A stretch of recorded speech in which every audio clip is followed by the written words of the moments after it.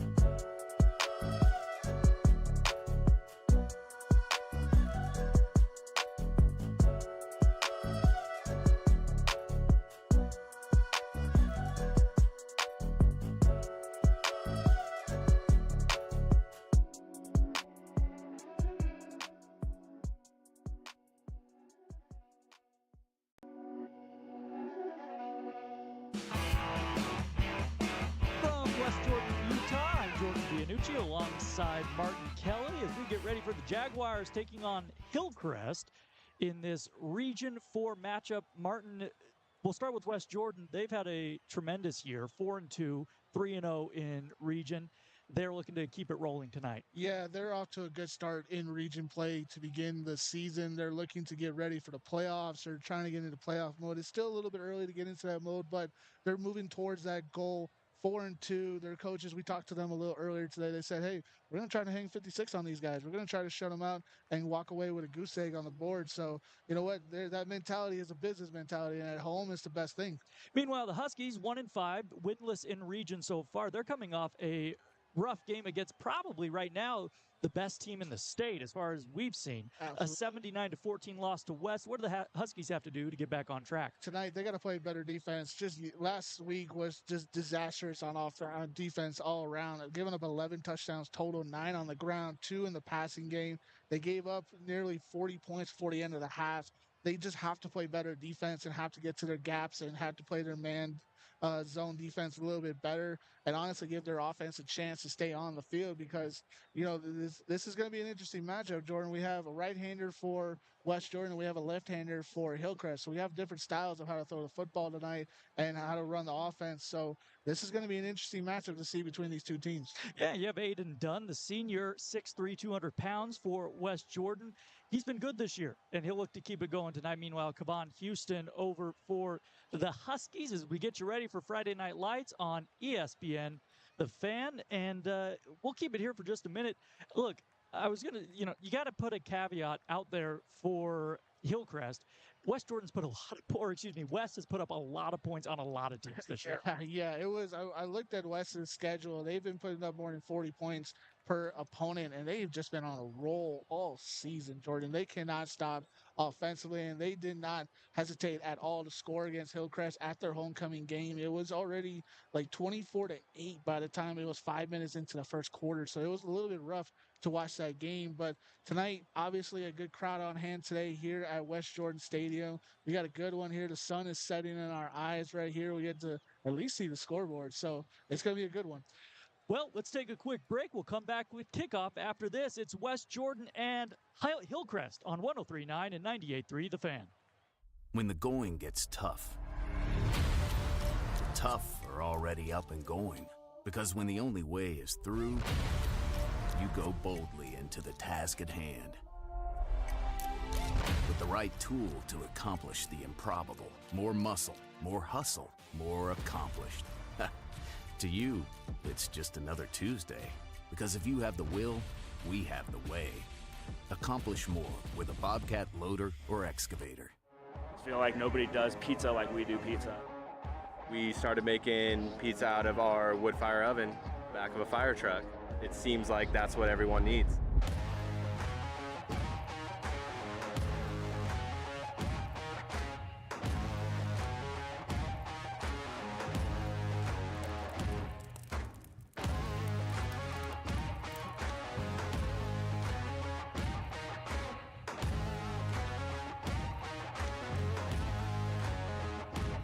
The second someone says, "What's for dessert?" come through with Cake in a Box. It's the perfect anytime, anywhere treat, made to share and easy to store. Grab it, slice it, serve it. Baskin-Robbins, seize the yay. Yay! Digital advertising is like holding up a poster at a huge sports event in Utah County. Radio advertising is like being the stadium announcer at that event. Now, the stadium announcer tells everyone to look at your poster. That's exactly how radio and digital works together. We do both. Let 103.9 and 98.3 ESPN The Fan create a custom digital and radio advertising combo for your business. Get started now at espnthefan.com/contact. That's espnthefan.com. My name's Kyle Maloney. I'm one of the owners and partners of Dang Brother Pizza Utah. We have our vintage Mack 1977 fire truck that we put a Gosney wood-fired oven in the back of. They're great. We're booking catering, we're booking festivals, we're booking birthdays. Help build a vibe anywhere we are. We started this and it's been a dream ever since.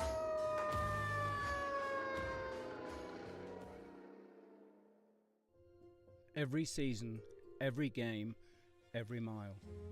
Parents make the drive. Through city streets, mountain passes, and desert roads, you get them there. The Ineos Grenadier, tough, reliable, and ready for anything. It's not just about getting from point A to point B, it's about showing up together. The Ineos Grenadier, built on purpose, ready for whatever's next. Going golfing! Ooh. Off to golf! You're picking that up. Off to the range, honey! Bye. Whoa! Oh, that was close. Glad you got the backup camera installed. Yep. You don't need a new car to have new car technology. Let the Warehouse, Sound Warehouse, install it today.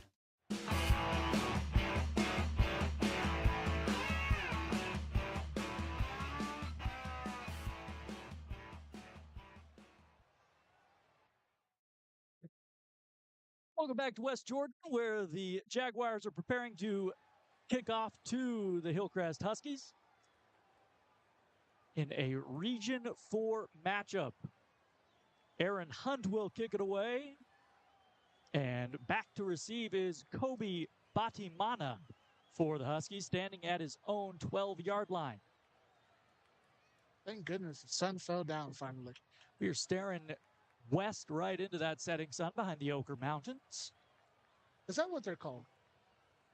That is what they're called. See, you got to remember, Jordan, I'm a little outside the state. I didn't know any of the names of the mountains. I just call them the Wasatch Now Mountains. that's behind us.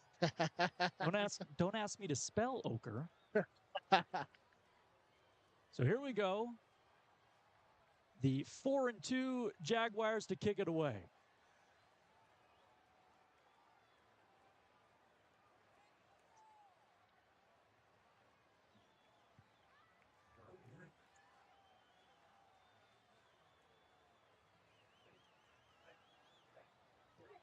It is high end over end and will be fielded at the 14. Brought out and taken down at the 26-yard line is Kobe Badimana. So we're going to see this Hillcrest offense to begin things after they scored 14 points in a loss to West last weekend.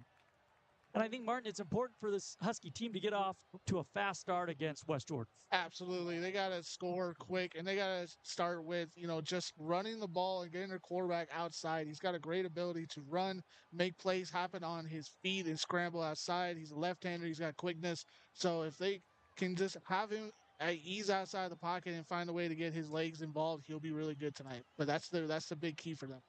Come on, Houston in the pistol, a back behind him. He's going to drop back to pass on first down. Looking deep over the middle. It is overthrown. He was looking to hook up with Levi Lavaca, but just overshot him. Yeah, Levi Lavaca is going to be one of the main targets tonight here for the Huskies. Just overthrew him. Nice coverage there by the Cougars. The Jaguars on that defensive coverage right there to stay with him all the way through. Nice man-to-man defense. Back in the pistol, Houston. That is Badimana behind him.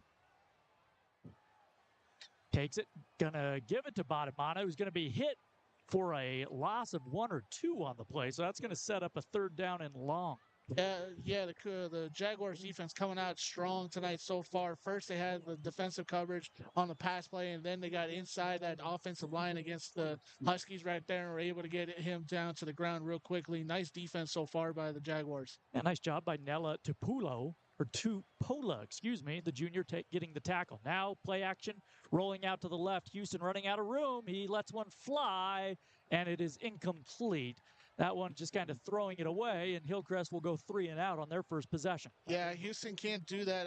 I love the idea of trying to get him outside the pocket, run him to the left-hand side, his dominant hand side there, but he's got to know where out of bounds is, and he just kept creeping towards that line and just ran out of room and had to throw it out of bounds. So here's Mile Entz to punt the football from his own 8-yard line. 2 men back to receive for West Jordan. One of them is Anthony Fale. The snap is low. Entz digs it out, kicks it away. It's a short punt. That's going to land at the 42 and take a Hillcrest bounce to about midfield. So the Huskies with a net gain there of about 20 yards. And that's where this West Jordan offense will get started, right at midfield. Yeah, not a good play there by special teams. Let's just be a little honest there, but not trying to be too harsh, but got to come over with a better punt right there. You got to give your defense a better situation of trying to pin them in their own zone. Unfortunately, they're basically at the 50-yard line, so they're going to creep into Huskies territory here in a matter of minutes. This is a Jaguar offense. They've been high-flying this year. They've only scored under 30 points in one matchup. That was against Copper Hills. They won 29-27, coming off a 31-7 win over Hunter last week. They like to run a balanced offense, Jordan. They ran 26 passing plays to 18 run plays last week, so we'll try to see that tonight. Hayden Dunn, the quarterback. To his right, Cody Johnson. He's going to throw a little screen out to Johnson on the right side. Going to have the 50 and fall forward to the 46-yard line, a gain of about 4. Nice blocking there by the Jaguars wide receivers. They gave him all the room that he can get to just run a little bit on the outside of that wide receiver, running back screen there, and then run upfield. Didn't get the total amount because he got tripped up, but very nice play to start this drive. Just underway, 10.5 to play in quarter number 1. No score. West Jordan, Hillcrest in a Region 4 matchup. 2nd and 6.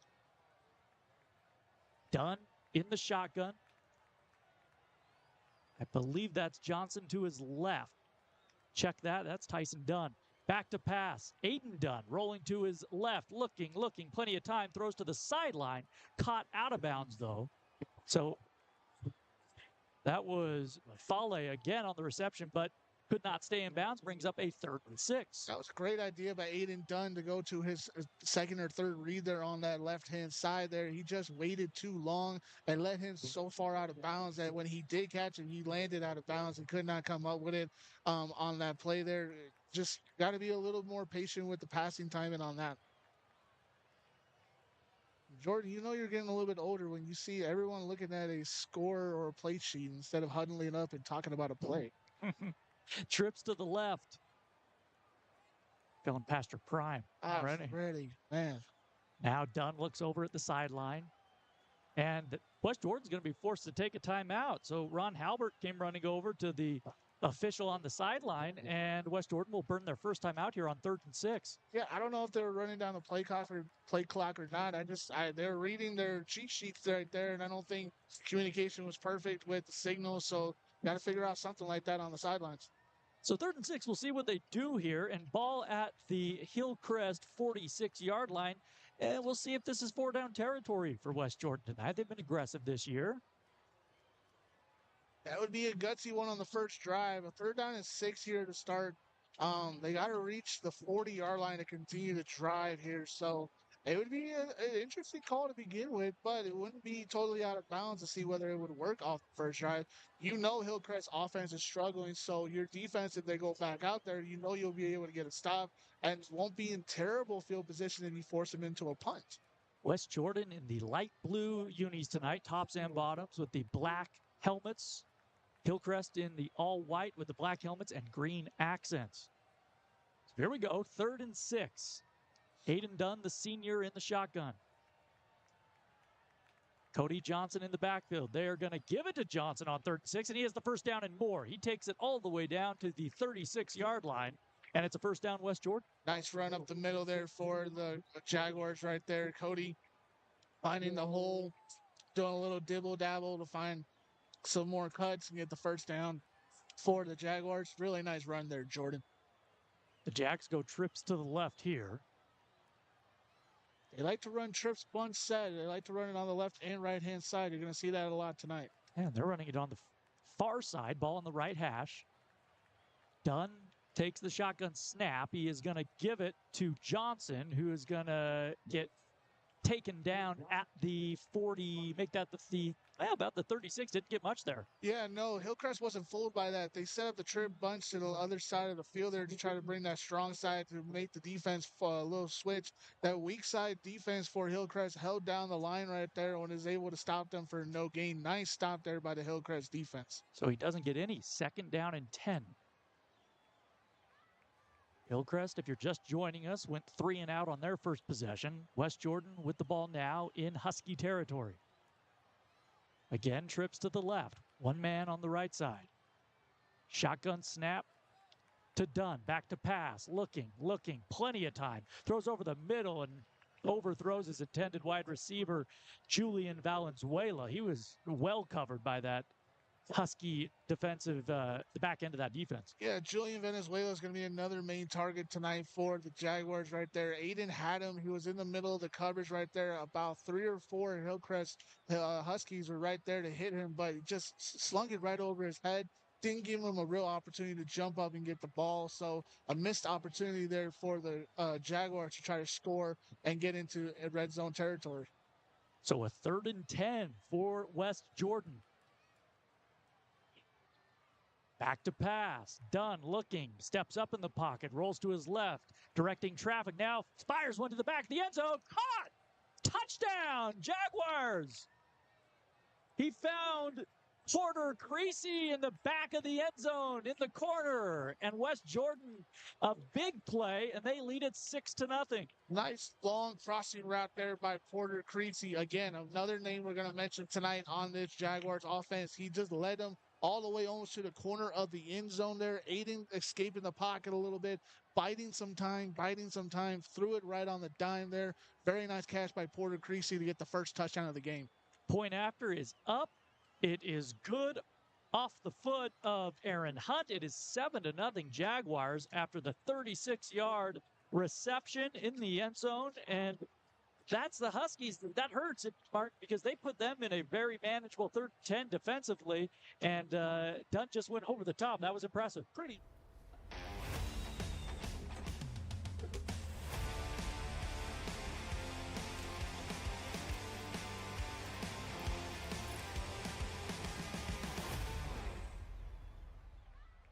And Tate to get ready for this game. West did that versus Hillcrest last week. The big plays, the long plays were the ones that were attacking Hillcrest's defense effectively, and they were able to score on that a lot. Let's see if West Jordan saw that tape and said the same thing. Hey, we got to hit them with the long balls, the big plays, and score quickly. So that was a great play there by West Jordan to draw up there on a 3rd down and 10. A desperate 3rd down and 10, by the way, too. Indeed. Alani Latu back to receive for the Huskies. Hunt kicks it away. High end over end, short kick. Going to be fielded at the 10.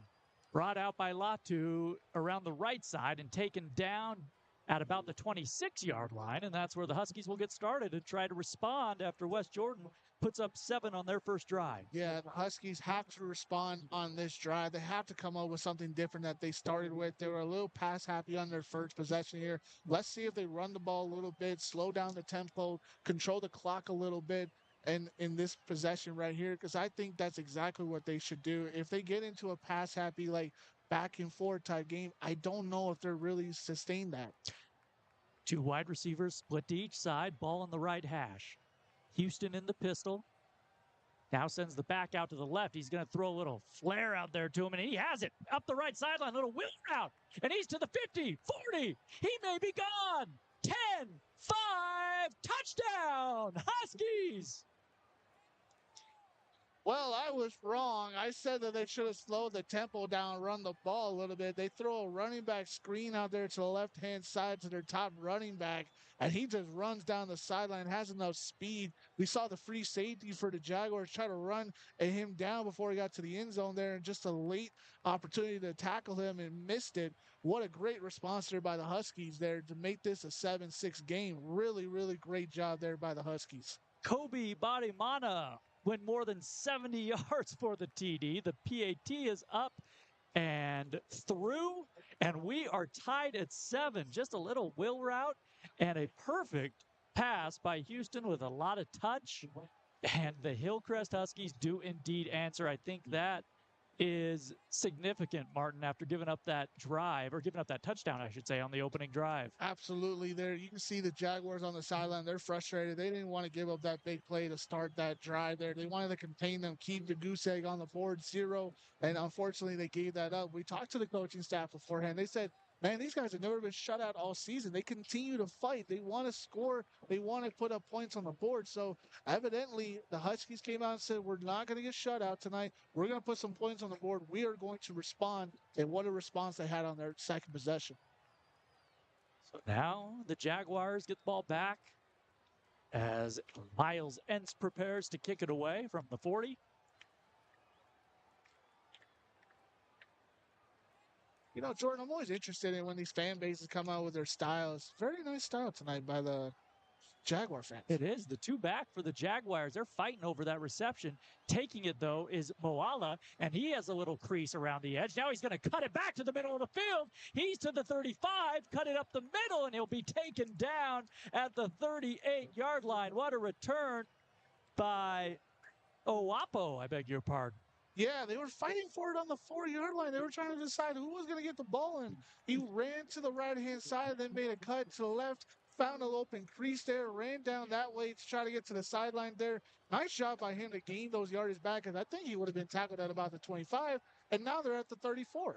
Excuse me, 37. So here comes West Jordan's offense, 7-7 game, 7:52 to play in the first quarter.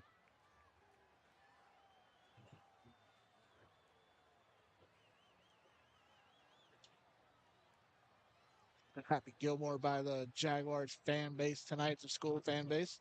Not a bad look, not a bad idea. Happy Gilmore night tonight? Yeah, why not? I like it. Shotgun snap coming to Dunn. And we have penalty flags prior to the snap. and it's going to be a delay game. So the Jaguars, that's an unforced error out of a kickoff, can't get the snap off in time.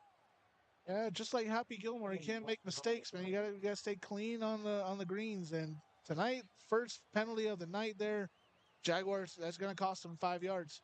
So back to the 33-yard line.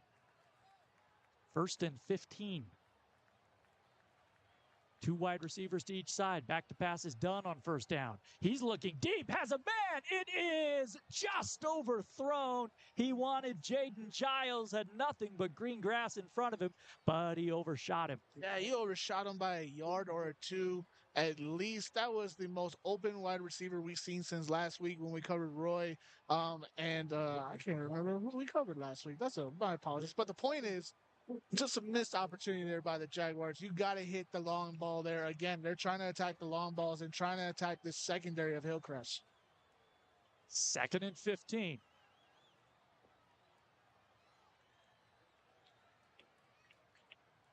Dunn with Tyson Dunn on his right hip. So 2 Dunns. They give it to Tyson.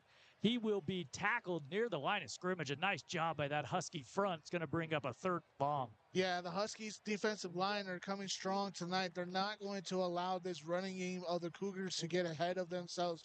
They're going to force the Jaguars, I apologize, into passing all night tonight. Let's see if that works, because right now it is a battle up front and the Huskies are winning that battle. So we'll see. They give him 2. So 3rd and 13. All on the 36 in West Jordan territory. Dunn takes the snap. Play action. Going to throw a little slant, and it's off the hands of Creasy. And the Jaguars will be forced to punt. Yeah, I don't know. I just felt a little lazy play calling on that drive there by the Jaguars. Just trying to get anything back after being forced into a penalty to start their drive.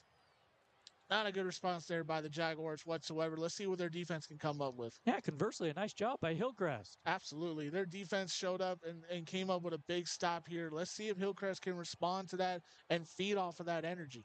So Dunn, the quarterback, he will also punt it away. If that is the same number 9 out there, I believe it is. Back to receive for Hillcrest is Latu. It's a good punt. Latu will take it at the 26. Come around the right side and be knocked out of bounds near the 40, but there's a flag back at the 30-yard line. We'll see if this one comes back. Yeah, it might possibly be a block in the back there. It was just as soon as he caught the ball and started running. So let's see what the officials are going to call here. You know what I mean? There's also now so a block in the back, and we'll see where they spot this one. Yeah, we couldn't hear the official, but I could read his lips. He said spotted the foul, so I think we're going to put it right on the spot where it happened, and that's about right where they caught the ball. Looks like the 25 or 26-yard line. 7-7 our score, 6:31 to play in the first quarter. It is Hillcrest visiting West Jordan on a beautiful Friday night on the west side. They'll spot it at the 26. Houston in the shotgun. They go empty. Does Hillcrest. Takes the snap. Back to pass. Looking to throw quick. Has a man caught at the 35. Has more. Touch it. 50, 45, 40, and forced out of bounds near that 40-yard line. That is Levi Lavaca on the reception. Yeah, he just sat in the middle of the zone right there. Basically ran a 10 slant in there for him, and Lavaca was wide open there. Not a bad play there by Houston to choose his second read there. And Lavaca just turned up and ran upfield, get to the 40-yard line. Nice job of him running out of bounds, too. So a couple of big chunk plays here for Hillcrest on consecutive drives. Shotgun snap, looking over the middle. It's thrown and off the fingertips of Makeo Reiko. And it'll be 2nd and 10. Yeah, Hillcrest seems to be loving the run, these quick in-slant routes real so far with their passing game. wheel routes. They're trying to keep everything contained and very simple for them to run. Just off the fingertips of Ryko right there. Could have had at least another 4 or 5 yards and made it a second down and manageable. 2nd and 10 from the Jaguar 40. One man in the backfield along Houston. Back to pass. Looking. The lefty drops one off, and he just overthrew Charlie Brown. And it'll bring up a 3rd and long. You had him in some space there. Yeah, very nice design play right there. They ran another running back screen there, kind of a running back, tunnel there for him to run down the sideline and just overthrew him by a little bit of a touch right there. Otherwise, I think he would have ran in for another touchdown right there. So 3rd and 10 at the 40. We'll see now a flag. We have an ineligible man downfield, so that'll back up Hillcrest. And I think that's on their offensive line because they started blocking just a tad bit early, so some of them got a little excited that they knew the play was going to be explosive, had to call that back. So regardless of what they would have done, that play was going to come back. So they move it back to the 50.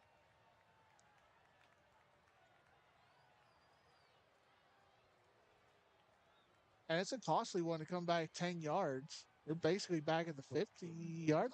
Yeah. Well, now they brought it back to the 50s, the officials, and now they're moving it up to the 45, and the ball still hasn't been spotted. I thought that would have only been a 5-yard penalty. So here we go. Ball at the 45 of West Jordan, and it's still 2nd down. Hopefully we don't have 60 penalties like we had last week. Well, a lot of penalties last week. 2nd and 15. Houston and the gun. Now we have whistles, and they're going to chat about it some more. Officials just not getting this one straight. It was just an ineligible man downfield. If they're talking here, not sure what could they be talking about. They're checking on the down, and now they verify it. 2nd down. It should be. Correct. So Houston with a man in the backfield. Jaguars showing pressure. Now they back off. The play clocks, I don't know. They're not running. Yeah, it's sitting over there just completely still. Now they send the back out to the right. Houston back to pass. We'll throw it out to him. That's Brown. He has it. Cuts back inside and will fall forward to the 38-yard line. Bring up a manageable 3rd and long. Yeah, he's going to get the chunk play back after they had the penalty and be in a 3rd down and 9 situation here. Again, they ran the wheel route to the right-hand side this time instead of the left-hand side on their touchdown throw. So they're trying to keep everything in front of Houston to give him an easy check down just in case the big plays downfield do not equal to a big play. So after being behind the sticks, it's 3rd and 9 from the 39. Houston peers over at the sideline. Brown in the backfield with him. Now they'll move into that pistol formation. Take the snap, back to pass. Looking long. Gets hit as he throws, and he underthrows it. Incomplete. And that'll bring up a 4th and 9. Now coming for the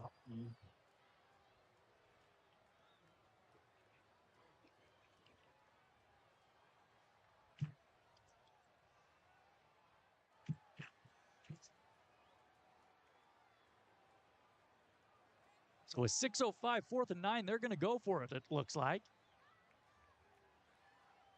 Shotgun snap coming to Houston in a tie game. Now it's a high snap, and it's a quick kick, and he can't get it away. He punted it about 5 yards, and West Jordan will fall on it at the 35-yard line. Boy, it was not good, but it could have been much worse for Hillcrest. A bad snap, and then the quarterback/punter, Kevon Houston, didn't get all of it when he tried to punt it away. Yeah, I've never called a game where both the punchers are the quarterbacks. That's new for me on this one here. So Aiden did it for West Jordan, and Kevon did it for Hillcrest. These guys, I think they should stay to quarterback play more than punting. Now we got questions from the West Jordan coaching staff. Having a discussion with the officials. The ball was spotted at the 34-yard line in Jaguar territory.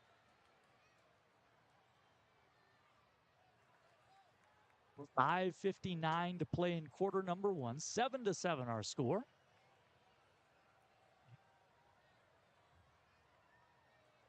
So now we're ready to go. Aiden Dunn back out there. ready to lead this offense. To his left, it is Tyson Dunn, the sophomore.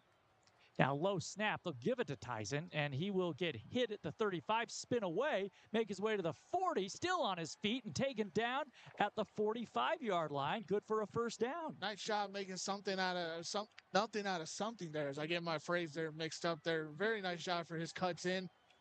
Went to the right-hand side, back to the left-hand side, back up the middle. Nice job there by the Jaguars. They got to respond here. 5 minutes and a half left on the clock. First and 10, ball at the 45-yard line.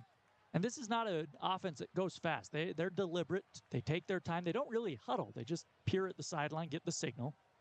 2 wide receivers split to each side. But he's got a cheat sheet. 3 down linemen for Hillcrest. They're going to give it to Dunn. And Tyson has about 9, close to the first down. Nice job there by Cody there to run up the middle of the field there. Get a good gain there on that one right there. Cody Johnson, a beautiful play there by him.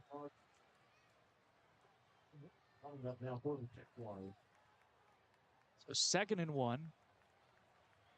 Ball at the 46. Very methodical in their play calling, too. Their offensive line calling out the schemes and the blitz schemes here.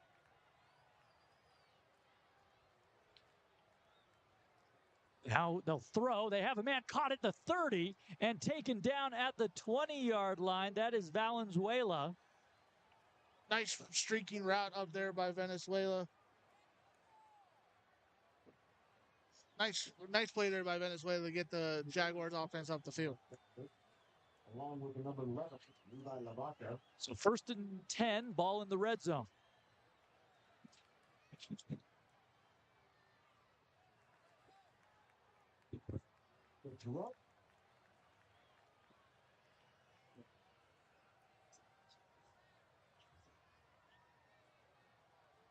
Aiden Dunn looking to take the shotgun snap. 3 wide receivers to the left. Takes it, will give it to the back on first down, cut it back inside, hit it at the 15, and now gang tackled there. They're going to say the 16-yard line. That's Anthony Fale. But he'll pick up 4 on first down.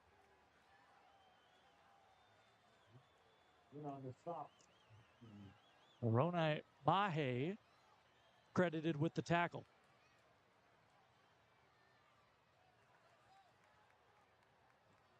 Second and 6, 3:51 to play in quarter number 1.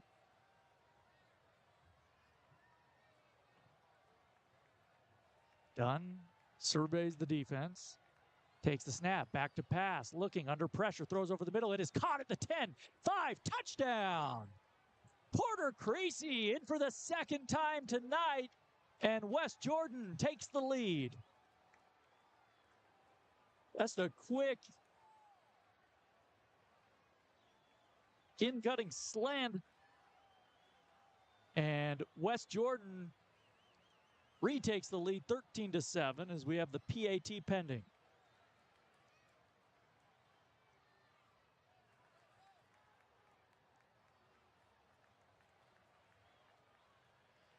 High snap, the kick's up, and it is good. So Aaron Hunt puts it through, and West Jordan retakes the lead, a 14-7 lead with 3:33 to play here in the first quarter. An action-packed first quarter here on the west side tonight.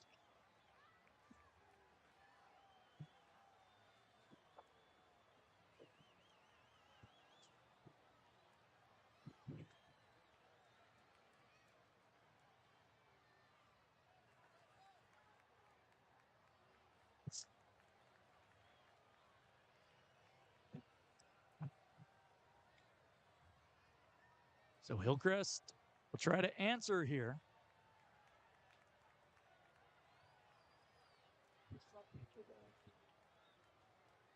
As Hunt prepares to kick it away from his own 40. Back to receive for Hillcrest is Alani Latu, standing at his own 7-yard line. Not a lot of deep kickoffs tonight. They've all been brought out for returns. This one is away. This one will also be or should be returned. It's going to bounce and then bounce out of bounds. So an unforced error is how I should put it. And Hillcrest will have good starting field position, trailing 14-7.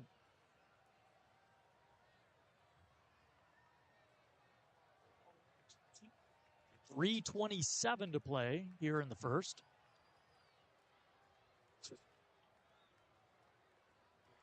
As this Hillcrest offense, they've had 3 possessions. They've scored 1 touchdown, but on 2 of those 3 possessions, they've moved the ball.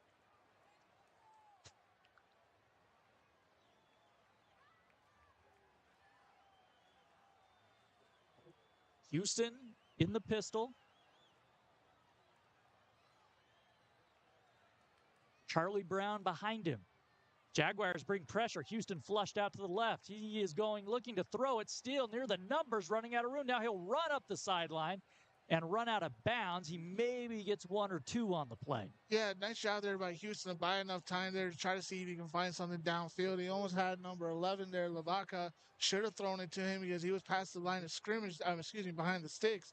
Could have got a first down, but he hesitated and decided to run out of bounds and gain about 2 or 3 yards. They spot him at the 38. So in fact, got more than just a couple. In the pistol, takes the snap, high snap, has to leap and grab it. Now gives it to the back, and Charlie Brown's going to work his way past the 40. Nice job there by Charlie Brown. A high snap, a little bit of a miscommunication there by the center and the quarterback, but to make something of nothing, it's just an absolute nice play there. So they give him the 42, and it'll be 3rd and 3. Hillcrest hurries up. Houston wants the snap, and now we have flags as the nose guard came offsides. I think they're going to get him up for offsides.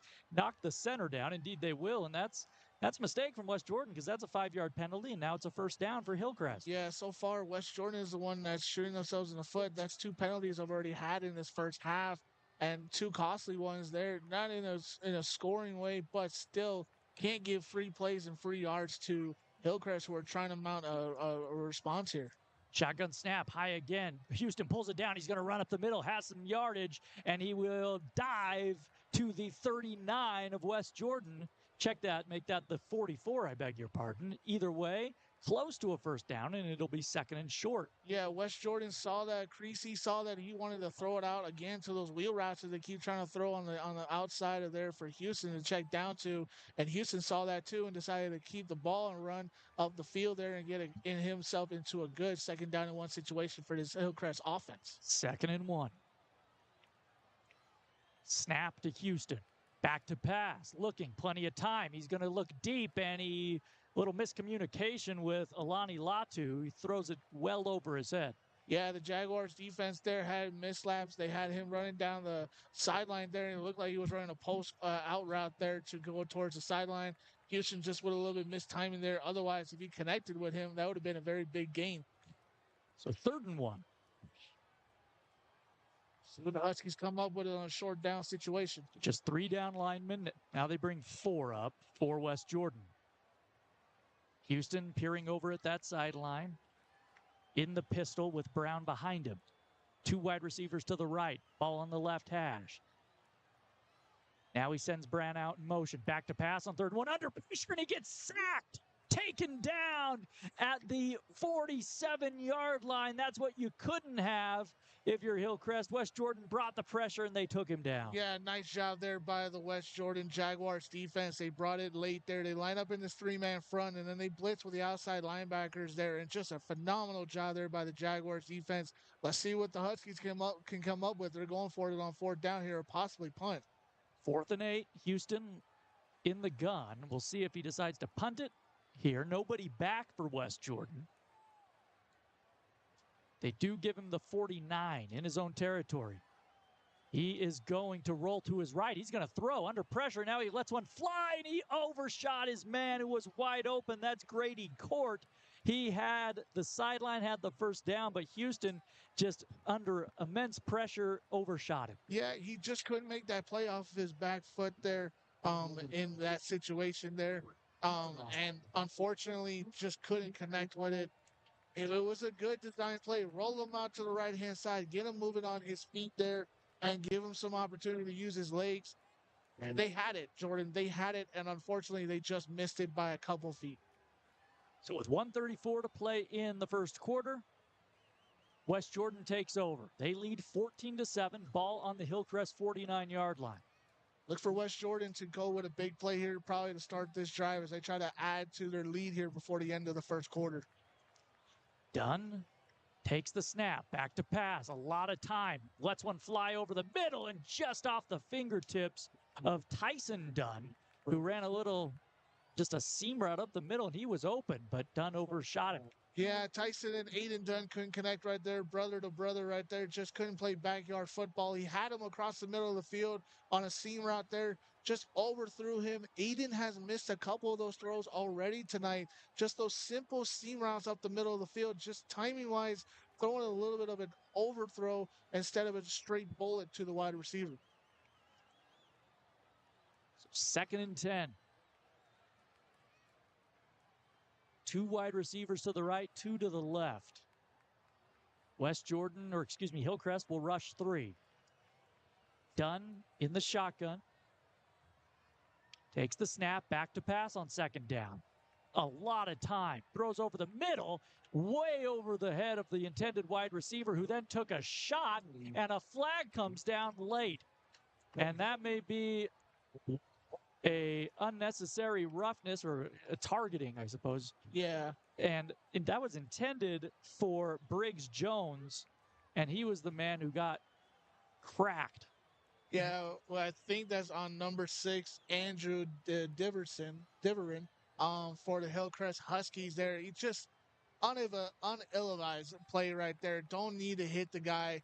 It was already overthrown. It was going to be incomplete no matter what. I get it. If it's a situation where he caught it, you want to put a big hit and cause a incompletion, but actually they're going to wait the flag here. So I guess they're going to say it was not totally late, but the situation may be a different conversation among the officials, but still an unill-advised play to make no matter what, whether they waived it or not.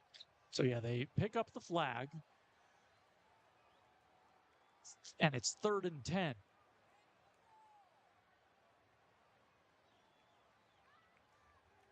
Two wide receivers to each side. Dunn, they're going to run it on 3rd and 10 and hit at the line of scrimmage and tackled right there that was Entz in there on the big tackle.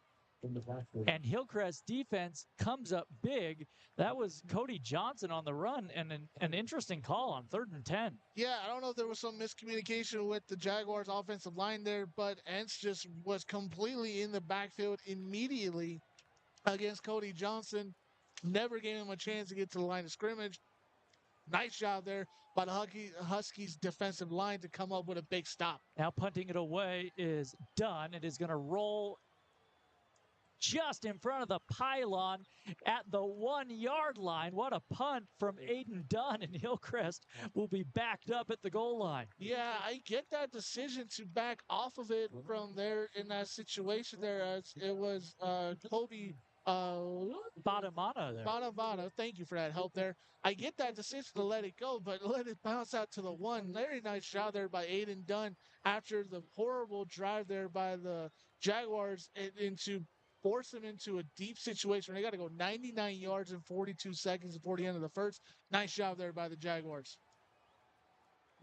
42 seconds, as you mentioned, here in the first quarter. So they may run a couple plays and then walk 100 yards. Switch sides.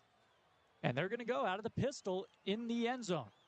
Johnson back near the back of the end zone. Houston will take the snap. And we have a false start, looks like, on the left tackle. We'll see if that's what it is indeed. But that'll back him up a couple inches. Yeah, that's on Santos Trinidad right there. The left tackle just couldn't stay in his stance. It'll be like a half an inch away from the goal line there. So Houston takes the snap. It's high. They're going to give it to Brown in the end zone, and he's tackled into the end zone. Then he escapes. And does he make it out? He does, out to the 1. I don't know how he got away. Wow. Because we're in the booth here, and immediately I went safety as you were talking. And the way he got out of that, amazing trick play right there, a little Houdini act there in the end zone. I think they're going to let this run down to the very end here, Jordan. Yeah, with 13 seconds to play, we'll see if they snap it. They're going to line up. And I don't think they will. I don't see no point to it. So the Jaguars with a 14-7 lead as we head to the break. We head to quarter number 2. You're listening to high school football on 103.9 and 98.3 ESPN The Fan. When the going gets tough, the tough are already up and going. Because when the only way is through, you go boldly into the task at hand. With the right tool to accomplish the improbable. More muscle, more hustle, more accomplished. To you, it's just another Tuesday. Because if you have the will, we have the way. Accomplish more with a Bobcat loader or excavator. I feel like nobody does pizza like we do pizza. We started making pizza out of our wood fire oven, back of a fire truck. It seems like that's what 14-7, West Jordan leading Hillcrest. They are backed up deep in their own territory at the 1-yard line. It's going to be a 2nd down and 10. Yes, we get a beautiful shot here by Bryce Larson, our cameraman and director tonight, producer for us, and Sayer, who's sitting next to me. Beautiful shot there of the sunset in the background there. What was the name of the mountain again, Jordan? The Ochre Mountain. The Ochre Mountain. I was still learning about Salt Lake City. I've lived here for almost 3 years. I did not know that at all. So a beautiful shot there. So here we go. Houston still in that shotgun.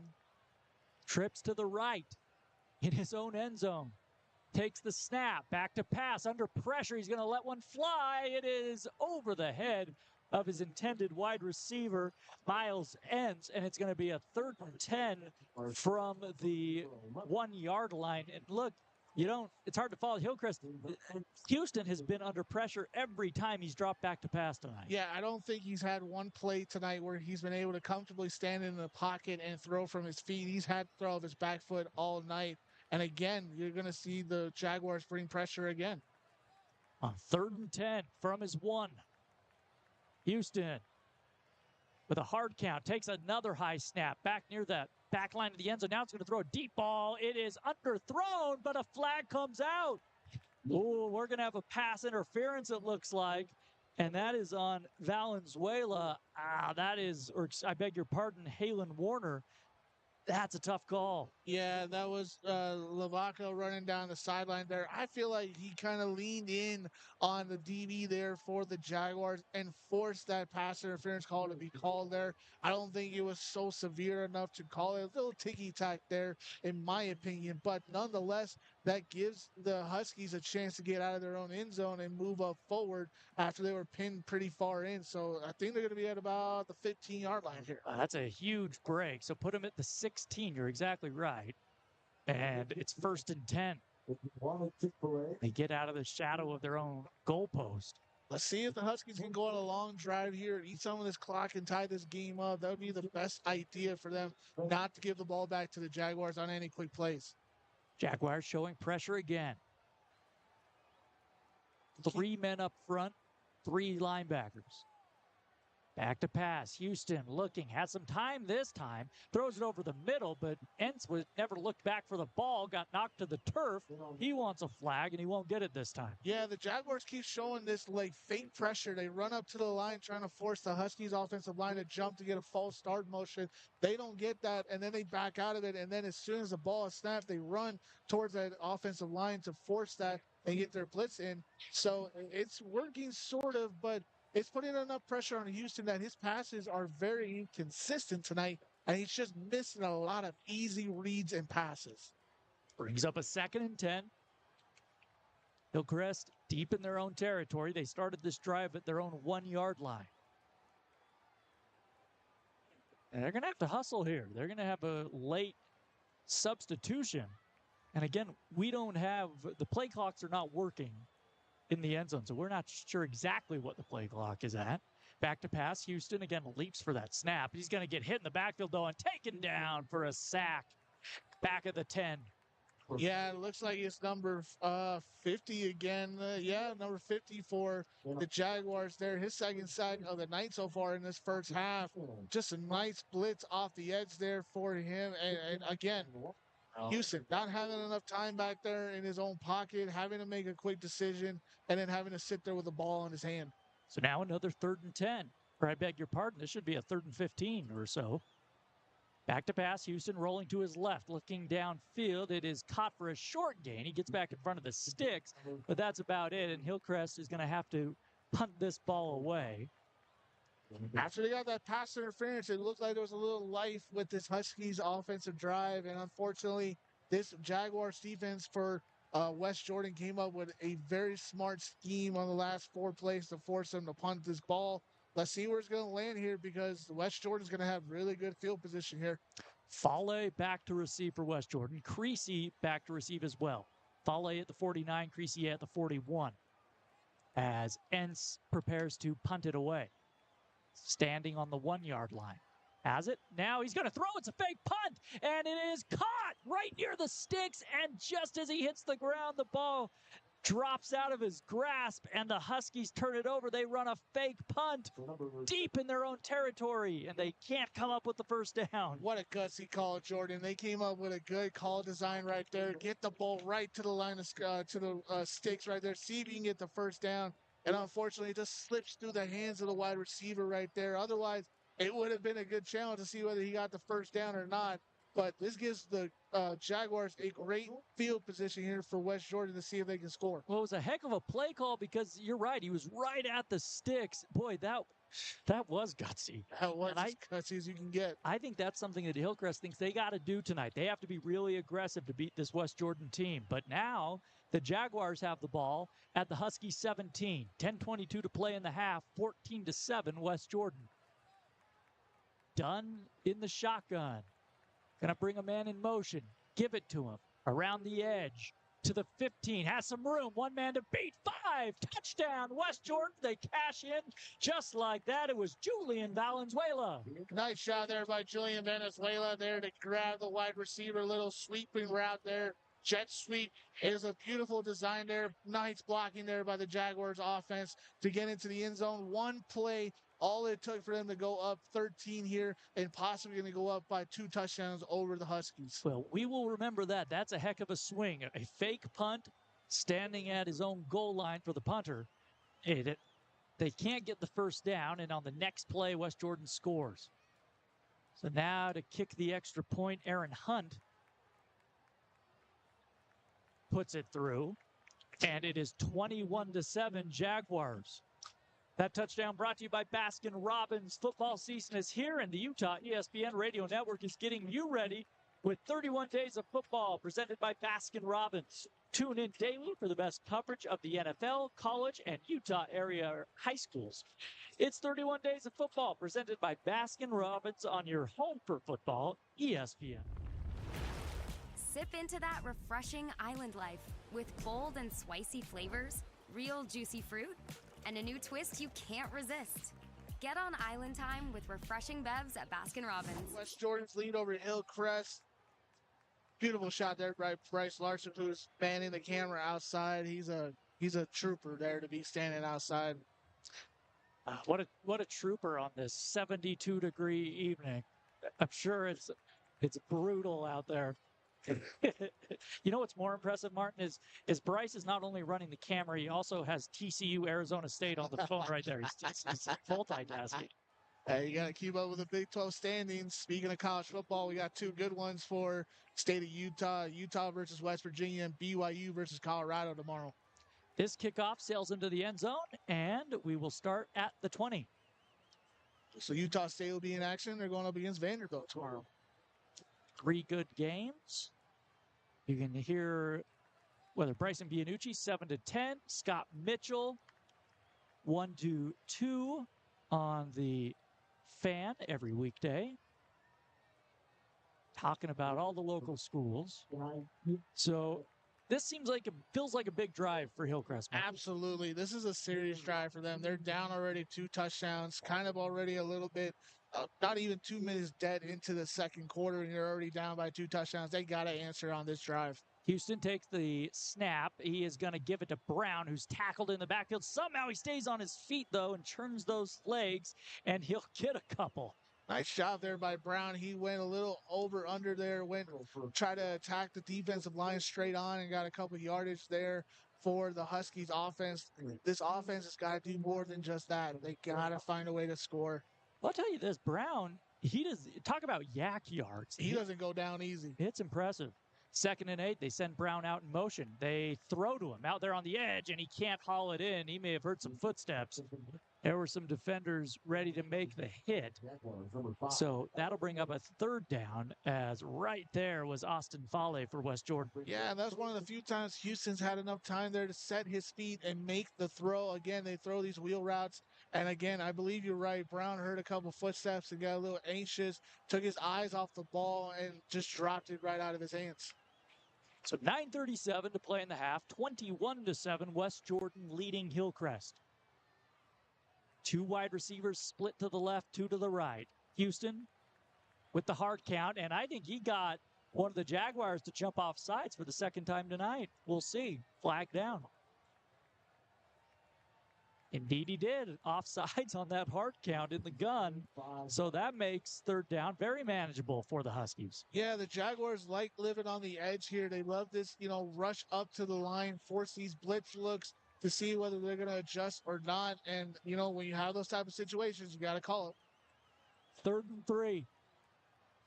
Jaguars student section makes some noise. Back to pass. Houston on the quick slant. He fired a fastball through the hands of Latu.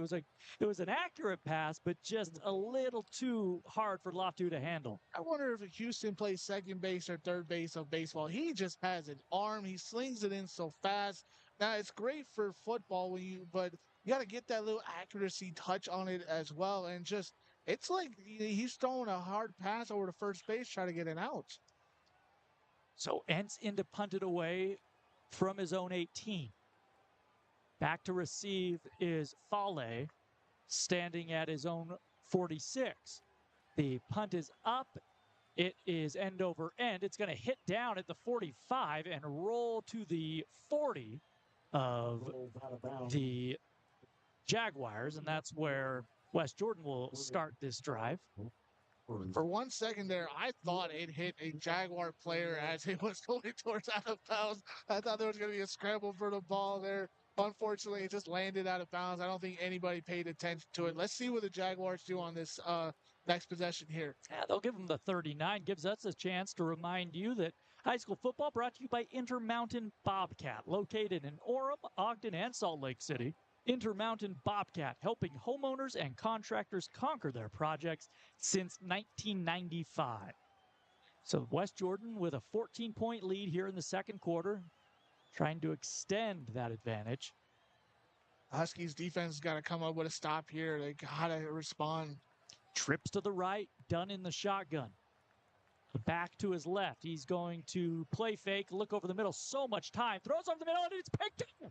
Back at the 35. Brought to the 45, 50, some room to run. Cuts it back at the 40, and tackled at the 39-yard line is Grady Court. There is a flag on the play, though. Back near the original line of scrimmage. We'll see what the call is. Yeah, we've been saying it all night. Aiden Dunn just a little off with his touches. So we get a flag here. It is a hold on West Jordan, so a big turnover, exactly what you were talking about, Martin. Hillcrest will take over in Jaguar territory. Yeah, that's very big there for Hillcrest to get back into this game right now. West Jordan just couldn't afford that at all. Yes, they're up by 2 touchdowns here early in the second quarter, but when you're trying to stomp on a team and put them out, you can't turn the ball over like that and have a holding call. Yeah, I mean, Dunn just kind of airmailed that one over the middle, and a nice job by Court to squeeze it. So here is Houston and the offense. He's had 4 or 5 of those already tonight. In the pistol, Houston back to pass on first down. Throws off his back foot as he gets hit. Underthrows his intended man as he just got knocked around in the pocket again.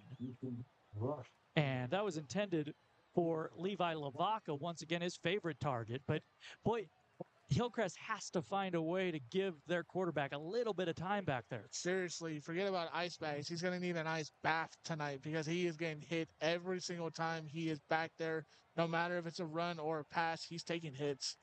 Back in the pistol, 9:07 to play in the first half. Hillcrest trying to get back into this game, trailing by 14. Houston rolling to his left. He will throw. Has it. It's picked off. The 40 and taken down at the 45. It was L.A. Moala, and West Jordan gets it right back. Yeah, just ill-advised there by Houston. He saw him the entire way. I get it. He had the rollout wide receiver on that side of the ball, but just hang on to it and run, or either fall down and take the sack. That was ill-advised, not a good decision. Don't throw it back to the defense after your defense gave you a second life on a good side of the field there. Just not a good decision there by Kayvon Houston. He had his man open behind him, but you gotta, if you're gonna hit him, you gotta maybe loft that one over that defender. So here is Aiden Dunn back on the field for the Jaguars, given second life. He is going to hand it off on first down and taken down nearly for a loss. Finding his way back near the original line of scrimmage is Cody Johnson. I think he's still going to lose one on the play. Yeah, you got to give Cody Johnson credit for all those moves that he made there, trying to get away from the left-hand side and ran to the right-hand side and try to get anything. Unfortunately, he got swallowed up by the Huskies defensive line. 8.5 to play here in quarter number 2. Trips to the left, bunched up over there on the left hash. Dunn takes the snap, play fake. He's going to keep it himself, run it up the middle, has some room, cuts it out to the right side, first down, and then he'll step out of bounds at the 42-yard line. A nice job by Dunn. We see him for the first time tonight using his legs. Yeah, that was a great read option play there. You saw the entire Huskies defense respond to Cody Johnson. Might have had that ball. They left an open lane there for Aiden Dunn, and he took advantage of that, ran down the sideline there, and got the Jaguars offense first down. Great job, Harold. So they spot him at the 43.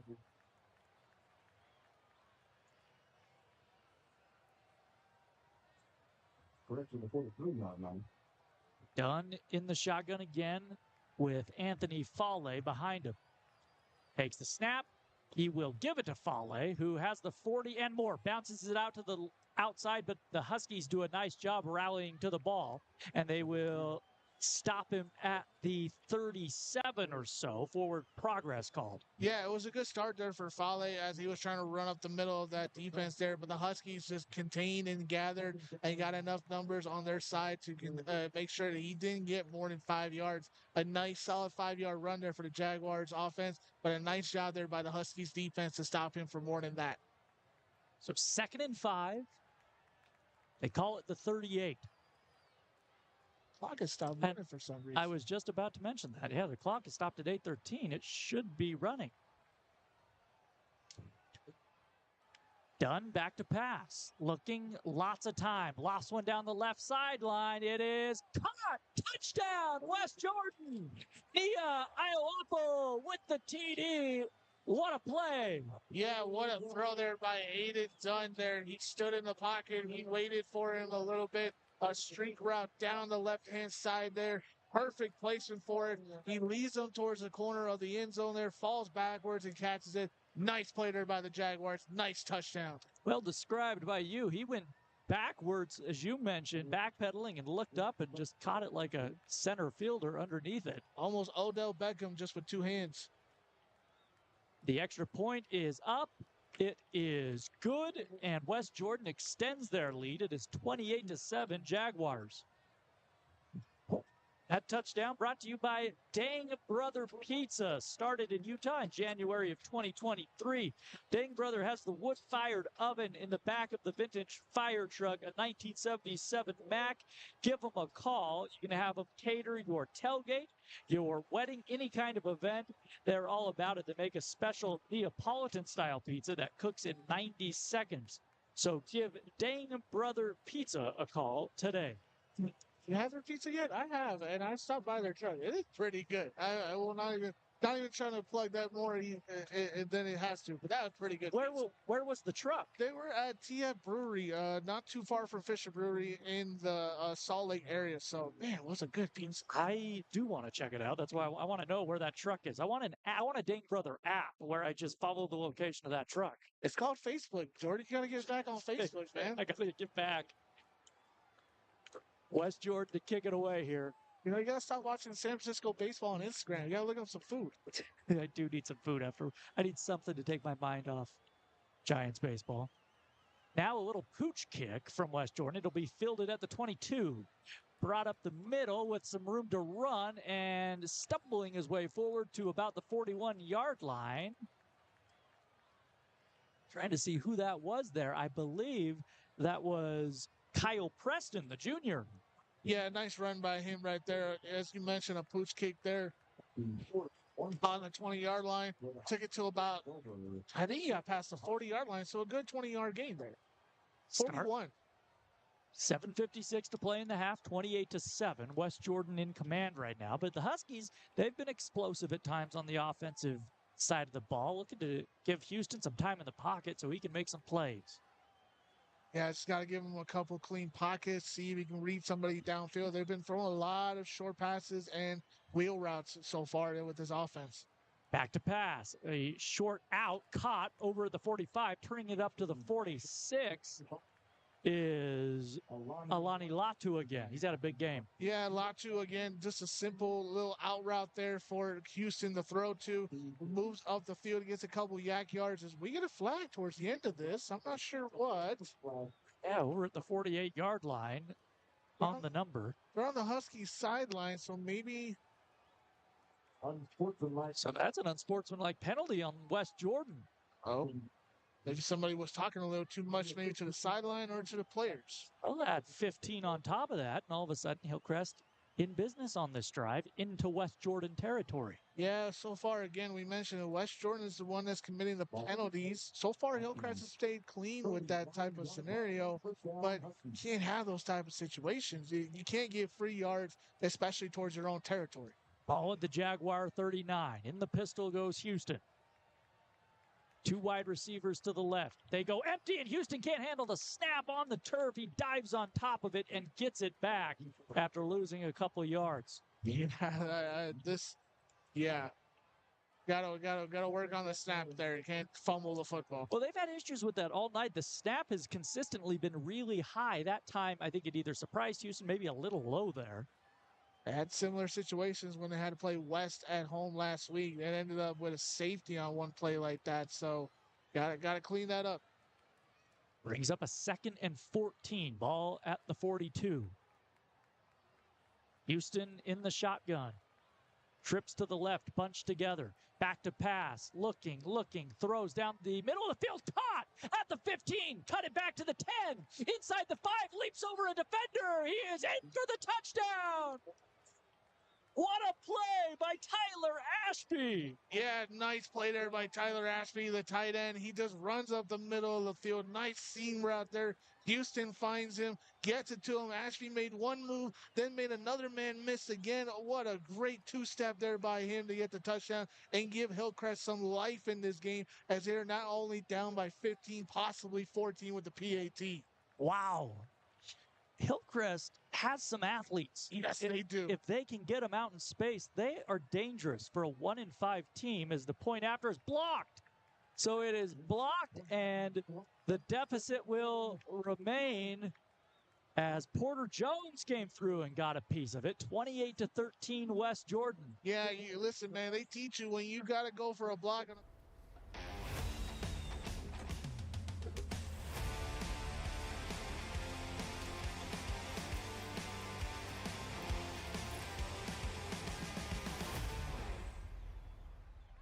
Unfortunate for Hillcrest. But as you mentioned, it's still a 2-score game, 15-point game. As that touchdown brought to you by the Utah Trucking Association. Look in your mirrors, look around you, and most importantly, look out for trucks as you're out on the highways and byways of Utah. The Utah Trucking Association wants all of us to get home safely. So now this Hillcrest defense will look for a big stop. 6:59 to play in the second quarter. What a first What a first half of football. A lot of action. Yeah, nothing short of it at all. We've had penalties, we've had interceptions, we've had first downs, we've had tough first downs, we've had bubble screens, wide receiver screens, a nice seam route there, touchdown for Hillcrest to get back into this game. We've had quarterbacks punting the football. We've had them throwing the football. We have had everything tonight. So far, a very fun game here between Hillcrest and West Jordan. Ends to kick it away. Back to receive is Iowapo.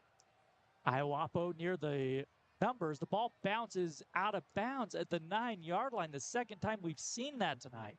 So that's going to be a penalty, and that is just an unforced error that hurts you if you're the Huskies. Yeah, you can't let them get the ball on the 35-yard line. Free yardage hurts you no matter what. And to have it on a kickoff, man, you practice that every week. You try to practice targeting with that every week. And targeting, what I mean by that is you try to get it between the numbers, not too far outside to the sideline there, but you try to keep them pinned in so you can angle in and tackle them, and just unfortunate to kick it all the way out of bounds. So they spotted, as you mentioned, at the 35-yard line. And Aiden Dunn, the senior, out there to lead this Jaguar offense. 2 wide receivers to the left, 2 to the right. 3 down linemen for Hillcrest. Shotgun snap to Dunn. Back to pass, looking, steps up, throws deep down the middle of the field. He has a man. It is the 10, 5, touchdown, Jaguars. He found his man, Nia Iowapo, for a 70-yard touchdown connection. And that's the second one. That's back-to-back drives them to connect it. He had just on the one where he fell back into the end zone and caught the touchdown. And this one, he leads them forward in the middle of the field between 2 Hillcrest defenders. And what a beautiful touch there by Aiden to throw that ball up there on a rainbow style. Beautiful throw there. Beautiful touchdown. Nice response by the Jaguars. That thing was thrown 75 yards in the air. Wow. The extra point is up. It is no good. He pushed it wide right. So 34-13 will be the score, but what a throw from Aiden Dunn. What a response there by Aiden Dunn and the Jaguar offense. They saw Hillcrest go down the field, get a quick play, get a touchdown in response to cut that lead down to 15. And just to throw another touchdown like that, impressive. Very impressive after giving up the touchdown to the Huskies. This is a West Jordan team. Comes into the game, they're 4-2. They're 3-0 in Region 4 play. They've beaten Copper Hills, Taylorsville, Cypress, and Hunter. Their only losses this year were to Riverton and Alta. Yeah, if you can believe it, the only win for Hillcrest is against Cottonwood, and then they put up 7 touchdowns in that game. 49-7 win over the Broncos. And they've lost a couple close games this year. This is a Hillcrest team that could very easily be a 3-win team right now. Absolutely. Kickoff is away. That one end over end and will be fielded at the 4 and dropped. Now picked up. Brought out to the 10, cut back and hit hard at the 11. And Hillcrest is going to be backed up again. That was Latu, who just misplayed the initial kickoff, was able to get back on it, but Hillcrest backed up. Yeah, no flags on that one either. I thought maybe there was a late hit, just a little aggressive hit there. Maybe I understand that might be a little soft, but still, you can't let the players just ragdoll someone to the ground. It's not in the game anymore. So let's see what Hillcrest can do. Last time they were up and about, they scored a touchdown. Let's see if they can put another touchdown drive here and try to eat into this lead, as they're only down by 21. Yeah, 21 points here. So 3 touchdowns. They've been in this situation before. Houston in the pistol. Trips to the left. Back to pass on first down. No, he'll give it to the man up the middle after a low snap. Making his way to the 15 is the ball carrier. That is, not sure who that was in the backfield. We'll try to find that out, but it brings up a second down and about 6. Yeah, some of the numbers are hard to read, even though they're in green and black stencil designing around them. Looks like number 1, maybe. We'll go with Charlie Brown. Pistol again, Houston. Now stands up straight, looks to the sideline. Ball at the 15-yard line. West Jordan breaks pressure. Low snap. Houston flushed out to his left, and he's going to be taken down for a loss inside the 5-yard line. And once again, the low snap sort of doomed Houston there. Yeah, that's, I believe, the West Jordan Jaguars' third sack of the night so far. Again, they bring this pressure to 3-man, and then they disguise this fake blitz up to the line there to try to get the offensive line to jump off. And they send 5, and they just couldn't keep them covered. So a 3rd and 15, and they'll spot him at the 5. Got to be real careful here if you're Hillcrest. We saw a fake punt deep in their own territory early in the game, and they came up empty on it. 4 wide receivers to the left side. Now a low snap. Houston, ball on the ground, picks it up, and he's going to run for it. He is going to make it back outside to maybe the 11 or the 12-yard line where he's knocked down. And that was just a disastrous possession for the Huskies. They'll be forced to punt it away. From the start to the end, it just wasn't meant to be, and so they're going to have to punt again deep in their own territory. This has become custom already so far through this game. They've had all their punts inside their own territory. Nothing that they could put pressure on to the Jaguars offense or their defense. Fale back to receive. Enns takes the high snap, has to jump for it, now punts it away and gets off a fairly good punt. Fale will take it at the 38, cut to his left. He has the 30, has a couple blockers to the 20, and inside the 20, he is dragged out of bounds, and West Jordan will have terrific field position inside the red zone. Yeah, this is also something to pay attention to. Obviously, we don't have the mercy rule running yet, but on a touchdown here towards the end, we might get into that situation where the clock is just going to continue to run no matter what. So they will spot him at the 15. Yeah, give him the 14. Yes. 4:23 to play in the first half. 34-13, Jaguars in charge. It's to get an offensive lineman to run out there late. Got to get the big guys up front. Done in the shotgun. Takes the snap, back to pass on first down, looking end zone. It is picked off at the 10, up the sideline and stepping out of bounds is Levi Lavaca with the interception. Yeah, they were trying to connect with number 3 there for the Jaguars again for another touchdown there. Try to give them the hat trick before the end of the half. And unfortunately, Aiden just threw another ill-advised interception. That's the second one of the half there. Didn't need to throw it. He threw a bullet instead of a floater. And you know what? Hillcrest gets another lifeline right there. Another way to try to keep their night alive and see if they can score on this touchdown drive. You're absolutely right. I mean, if West Jordan can punch it in there, you put Hillcrest in a really, really difficult spot. Instead, they are still breathing here in the first half, trailing by 3 scores. Ball is spotted at the 23. Houston back out there in the gun. Charlie Brown on his right hip. Trips to the left. Takes the snap. It's a good one. Back to pass. Going to dump it off to Brown. He can't handle it. And it is incomplete. 2nd and 10 upcoming. Yeah, they tried again. They keep trying to hit these wide receiver screens, these running back wheel routes. And it's just, besides the first one that they hit for a touchdown in the first quarter there, they just haven't been able to connect on those plays anymore after that. And it's just becoming a rinse and repeat type style of offense. Houston in the pistol. 3 wide receivers to the left. Back to pass on 2nd down. Looking to his left. He lofts one up, and it is nearly intercepted and incomplete as Atkins couldn't quite haul it in. 3rd and 10. Yeah, another just a floater play there by Houston there. And just a good decision to get some yardage, to try to get some yardage, but just lead them out of bounds there a little too far. So 3rd and 10. Houston in the pistol. 2 wide receivers split to each side. Brown behind him in the backfield. He takes the snap, back to pass. Now he's going to step up and try to run. He has the 30-yard line, and he has the first down and more. He will slide at the 43, and coming in with a hit on the quarterback who was giving himself up.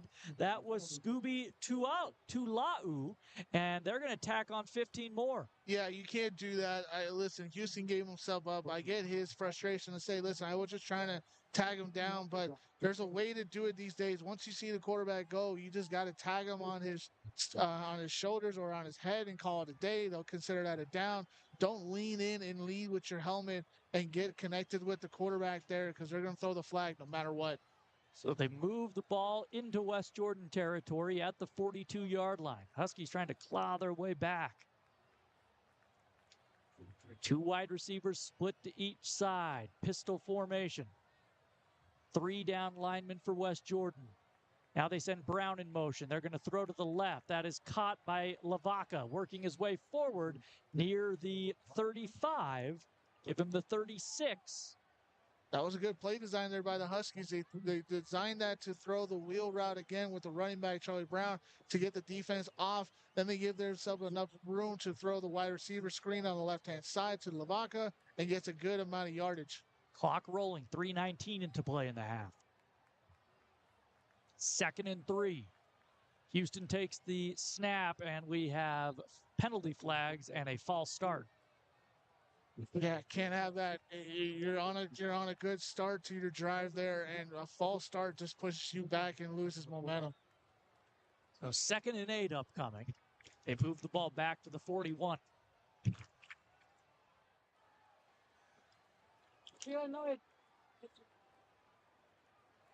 West Jordan will receive the second half kickoff.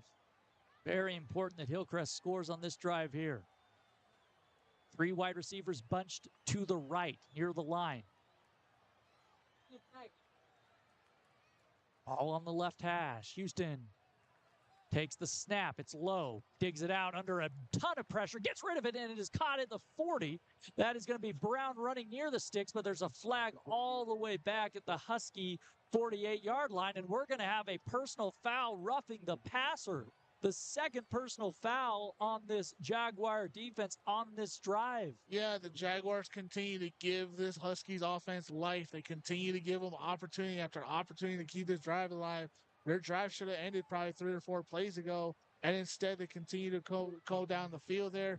Nice job there by Charlie Brown regardless. Got the ball there, was able to get to the first down, and now they're going to probably put the ball, it's inside the 20. It looks like it's on the 19-yard line, so a good opportunity here for the Huskies to try their red zone offense, see if they can score a touchdown.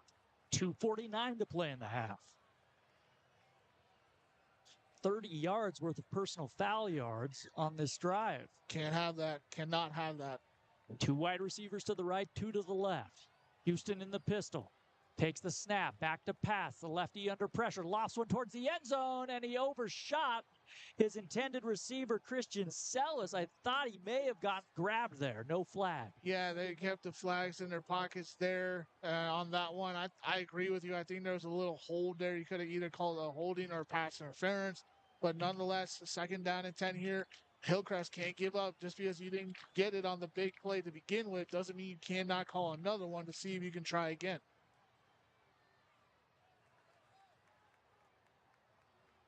And for Sellis' credit, he was open, and Houston just overshot him. Yeah, he was. He had a step up on the DB there. So here we go. 2nd and 10 from the 19. Houston takes the low snap. Play fake, rolling to his right. No, I got faked out there. He gave it to Brown on the left side. He'll get a couple and bring up a 3rd and long. That's why they call it play action there, Jordan. They try to fool you there.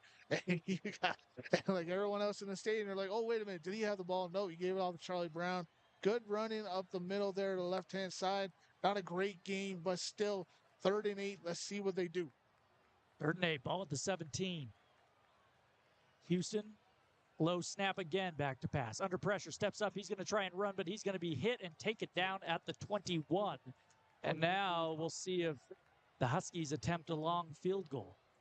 Yeah, we haven't seen any special teams of that sort come out here, and I don't think we're going to at all either. So a 4th down and about 12. You call your best passing play. You call your best long passing play here and see what you can do. Houston takes the snap here, coming on 4th and 12. A lot of these snaps have been very low. They put him in a tough position. This one's good, right at the waist. Looking left, throws left, a deep out. It is caught. A flag comes in late near the wide receiver. They're going to say he was out of bounds, though. Boy, a pretty good pass. I think this is going to be against West Jordan, Jordan. Let's see what our call is. We're going to get a hold on the Jaguars. Yeah, they're going to call it on the fact that he was being held before he was able to break his route. And because of that, it wasn't a good connection there. And so, again, West Jordan just giving more life to this Hillcrest Huskies offense and an opportunity to score.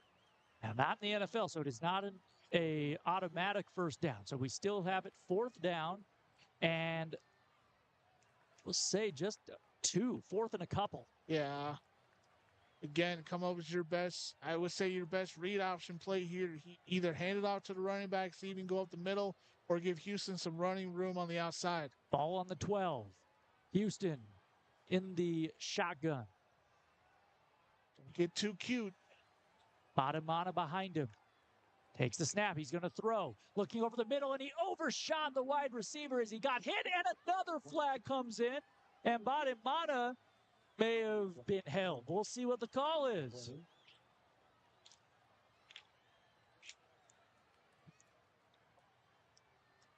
Houston under pressure just shot it over the intended wide receiver. We're going to get a pass interference, though. And West Jordan keeping this Husky drive alive. Ball will move to the 5-yard line. It's got to be at least close to 40 yards already, if not more, on this drive of penalty yards that they've given to this Husky offense. Can't do that, especially on a 4th down and 2. Stay away from them. If it's going to be incomplete, it'll be incomplete. 1st and goal, back to pass. Houston looking the back corner of the end zone. It is incomplete, and another penalty flag flies. The Jaguars can't believe it. It's going to be another pass interference, perhaps a hold in the end zone. On the coverage was Porter Creasy. Can't do that. Just stay away, and if it's incomplete, it's incomplete. Let Hillcrest make the mistakes, not you.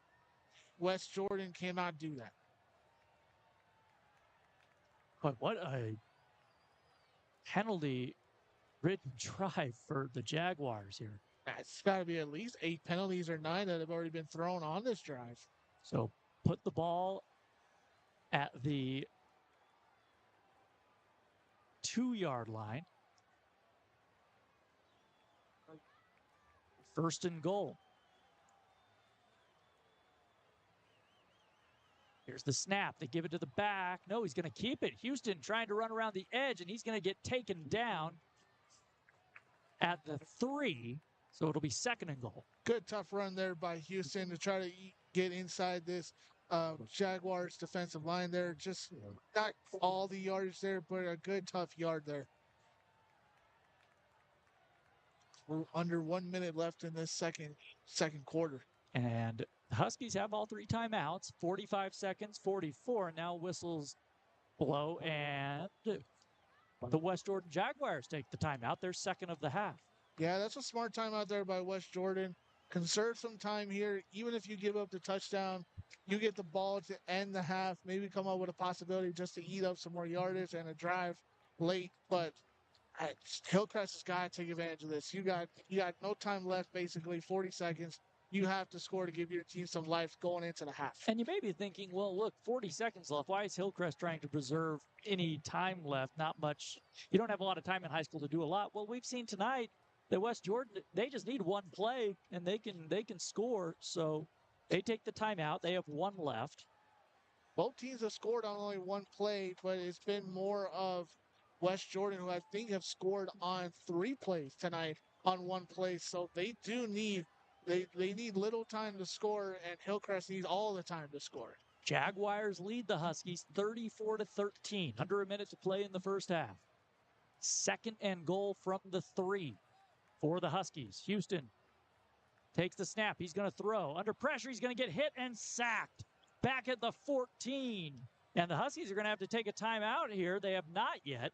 Clock still rolling, under 30 seconds, and they are really taking their time to get to the line of scrimmage. I don't know what they're doing. The clock is still rolling, under 20 seconds. 3rd and goal, 18 seconds.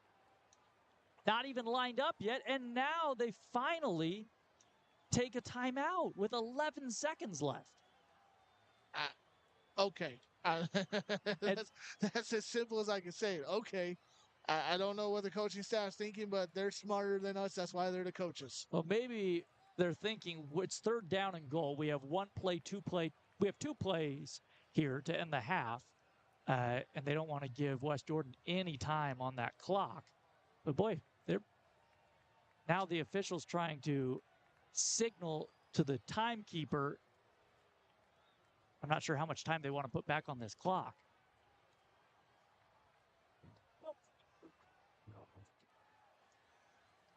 I mean, it can't be more than maybe a second or 2.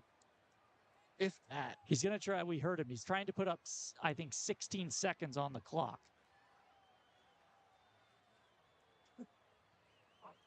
And they're having a hard time. Now they put 16 minutes. Yeah, that's how. Here we go, 16 seconds. There we go. All right. 3rd and goal. Ball is on the 10-yard line.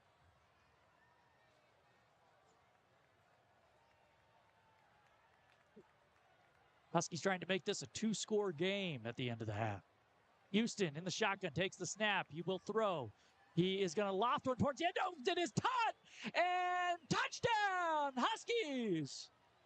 Kobe Badamana comes up with a big reception, and after all of that, Hillcrest does score. Yeah, you know what? That's why I say they're the head coaches, and we're just the broadcasters. We can think of everything, but they know everything. A good design there from the Hillcrest Huskies offense there. Give Houston an easy, simple little floater play to give his wide receiver a chance to walk into the end zone there. Nice response by the Huskies to cut this lead down to 14 before half. Ends with the extra point. Missed the last one. It is up. It is good. I should say the last one was blocked specifically. But it's through. It is 34-20 Jaguars with 9 seconds to play in the first half. Stick around as at half, we'll send it back to our downtown Salt Lake City studios where Zach Robinson will get you caught up on all the out-of-town scores all around the state of Utah on a packed Friday night of football. Yeah, let's see what Hillcrest does here. If you're asking me, Jordan, I would squib it. I would squib it probably to the 30-yard line and just leave them maybe 5 or 6 seconds. And if they have to throw a Hail Mary against you, Hail Mary it. That way, I would not try to kick it all the way to downfield. It would just be kind of a waste of a kick. Well, Hillcrest's had issues kicking it away tonight. They've kicked 2 kickoffs out of bounds. So you may be right. We'll see what Entz does here. If they were to pull that move, it would lead the ball at the 35. So, again, it would just be a situation where you got to throw a Hail Mary and live with it. West Jordan very capable of doing that. We've seen a 70-yard touchdown reception tonight. Entz will boot it, and he'll boot it deep. It'll be fielded at the 8. Brought out to the 15-20. Has a little room on the sideline and will be forced out of bounds shy of the 30. That was Io Apo on the return, and with 3 seconds left, the Jaguar offense will come out. Yeah, 3.6. There's not enough time to get one play and then get a snap or a timeout and try to run something late. So whatever you got is on this play. Aiden Dunn will head out with his offense. Touchdown. We had some technical. The Skis will try to keep everything in front of them.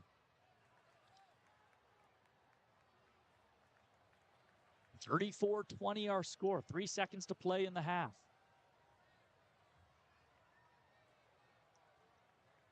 See how far they go with this one. I think it's just going to be straight Hail Mary. 3 wide receivers to the right.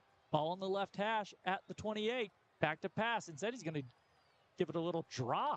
Hand it off to Johnson, who works his way to the 45. Knocked down, and that's where we end half number 1.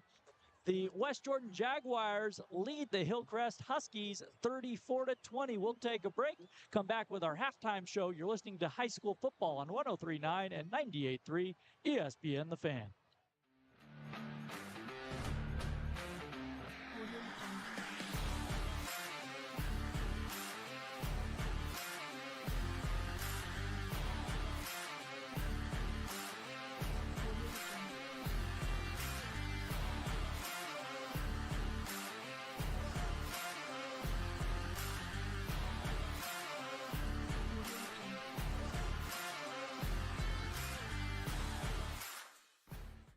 When the going gets tough, the tough are already up and going.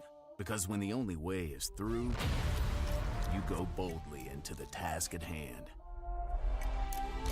With the right tool to accomplish the improbable. More muscle, more hustle, more accomplished. To you, it's just another Tuesday.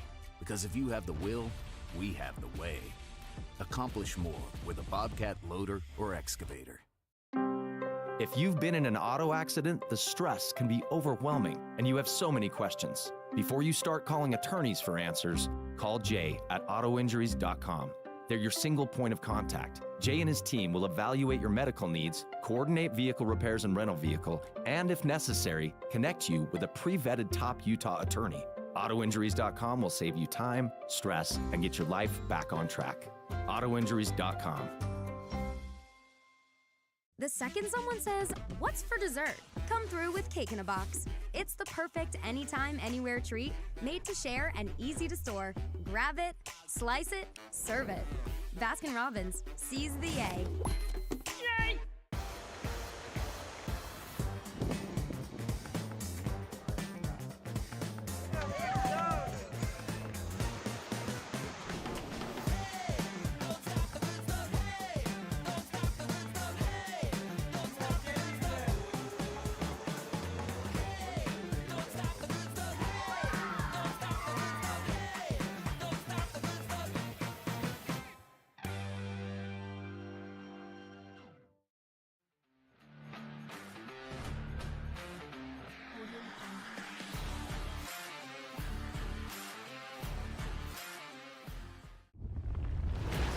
Sip into that refreshing island life with bold and spicy flavors, real juicy fruit, and a new twist you can't resist.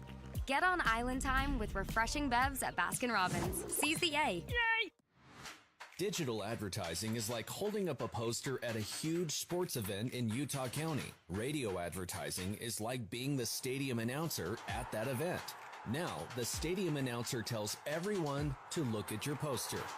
That's exactly how radio and digital works together. We do both. Let 103.9 and 98.3 ESPN The Fan create a custom digital and radio advertising combo for your business. Get started now at espnthefan.com/contact. That's espnthefan.com/contact.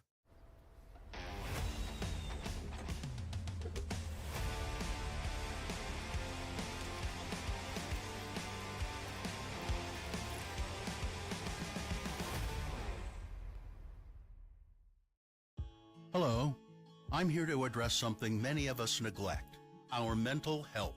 Life gets hectic, and we forget to check our personal well-being, which can lead to dire consequences, including increased suicide risk.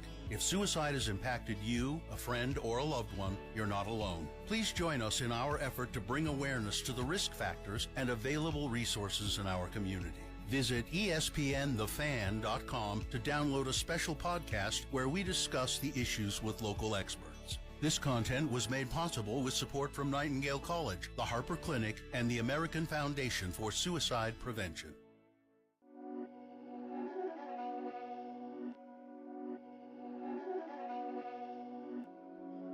These my dads make it hurt.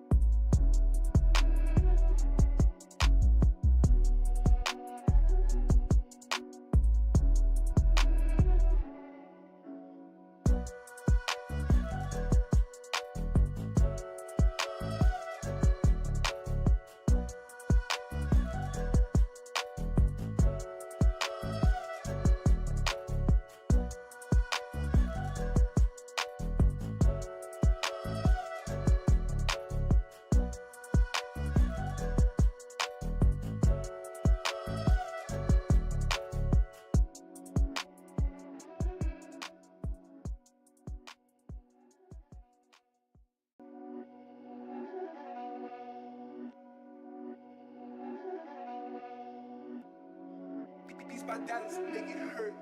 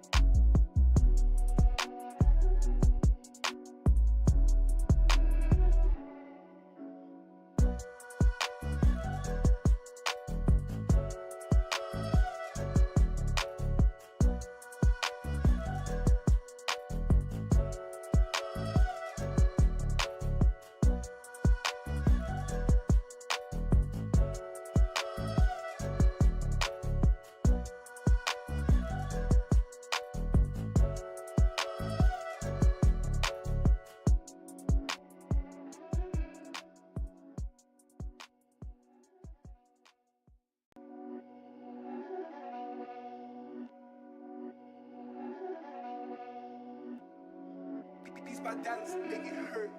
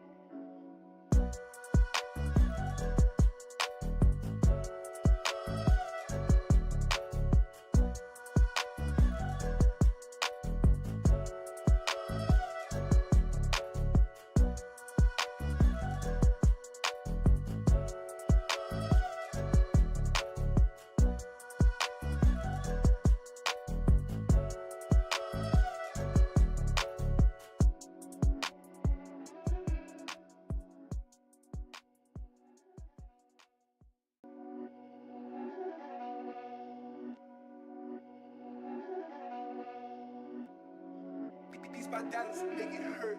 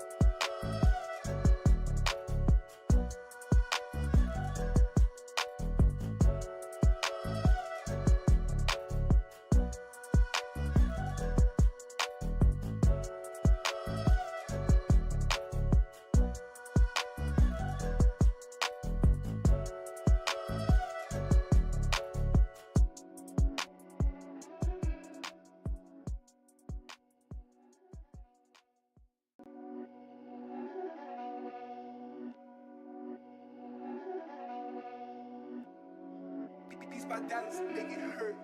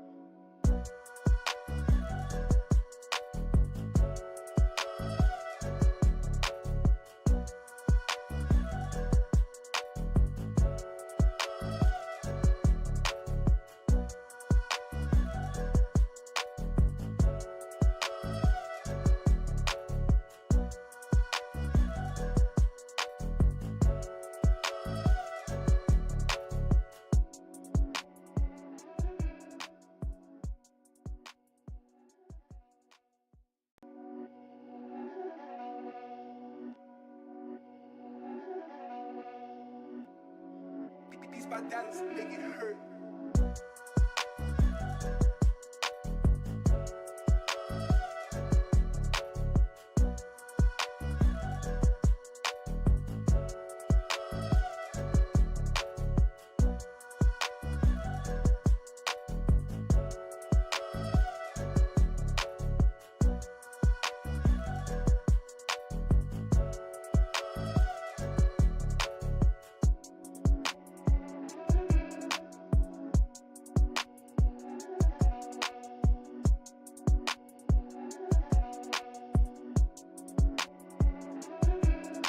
Welcome back to West Jordan High School, where the Jaguars lead the Hillcrest Huskies 34-20. An eventful and exciting first half, Mark. What'd you see in the first half from the Jaguars? You know what I saw from the Jaguars is how explosive they are on their offense side of the ball. They were not afraid to throw those one-time passes and get touchdowns quick. They had the jet sweep down here after a stop on the Hillcrest side of the ball. They got that touchdown. They threw the other one to number 3 there. I forget how to say his last name. But for the Jaguars, then they had him in the back of the end zone with a touchdown. Then they threw a 70-yard bomb to him to score a touchdown as well. 3 one-play touchdowns by the Jaguars in that first half. That was very impressive by their offense. Defensively, they're a little, some miscues. They gave up a lot of yardage on the last drive and penalties to the Hillcrest offense to keep that drive alive there. So offensively, they can move the ball. Defensively, they give up yardage. So they got to clean that kind of, cohesiveness up. And over to the other side, Hillcrest, just no time for Houston to do anything back there. You've been mentioning it all night. He's been getting hit every single time he goes back there. They've had the one explosive play to start the game when they responded with the touchdown. But since then, 2 touchdowns, a missed PAT, just a lot of miscues by their offense, an interception. Both teams have turned the ball over, I think, at least once. West Jordan threw 2 interceptions in that first half, and they're lucky to be up by 14 because most teams would take advantage of 2 turnovers in the first half. Well, look, if you're the Hillcrest Huskies, if you can get a stop here on the first possession, as I believe West Jordan will receive the second half kickoff, you go down and score. It's a one-possession game. Yeah, it is. And that's the best thing that you can have going into this right now is that it is a close game. It's not a blowout. You're not in a game where you're down by 4 or 5 touchdowns and trying to mount some morality back on your sideline there. You're doing a good job of staying in this game. All right. Well, we'll have the second half kickoff when we come back. It's Jaguars 34, Huskies 20 on 103.9 and 98.3 ESPN The Fan. When the going gets tough, the tough are already up and going. Because when the only way is through, you go boldly into the task at hand. With the right tool to accomplish the improbable. More muscle, more hustle, more accomplished. To you, it's just another Tuesday. Because if you have the will, we have the way. Accomplish more with a Bobcat loader or excavator. I feel like nobody does pizza like we do pizza. We started making pizza out of our wood fire oven, back of a fire truck. It seems like that's what everyone needs.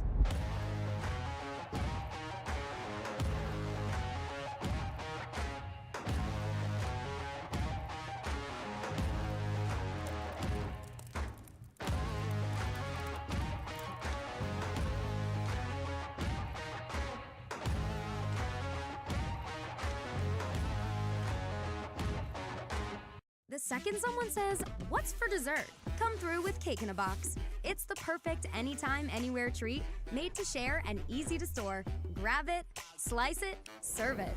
Baskin-Robbins, seize the yay. Yay! Digital advertising is like holding up a poster at a huge sports event in Utah County. Radio advertising is like being the stadium announcer at that event. Now, the stadium announcer tells everyone to look at your poster. That's exactly how radio and digital works together. We do both. Let 103.9 and 98.3 ESPN The Fan create a custom digital and radio advertising combo for your business. Get started now at espnthefan.com/contact. That's espnthefan.com/contact. My name's Kyle Maloney. I'm one of the owners and partners of Dang Brother Pizza Utah. We have our vintage Mack 1977 fire truck that we put a Gosney wood-fired oven in the back of. are great. We're booking catering, we're booking festivals, we're booking birthdays. Help build a vibe anywhere we are. We started this and it's been a dream ever since.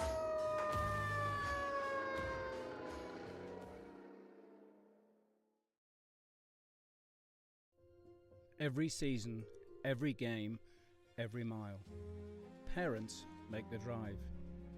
Through city streets, mountain passes, and desert roads, you get them there. The Ineos Grenadier, tough, reliable, and ready for anything. It's not just about getting from point A to point B, it's about showing up together. The Ineos Grenadier, built on purpose, ready for whatever's next. Going golfing!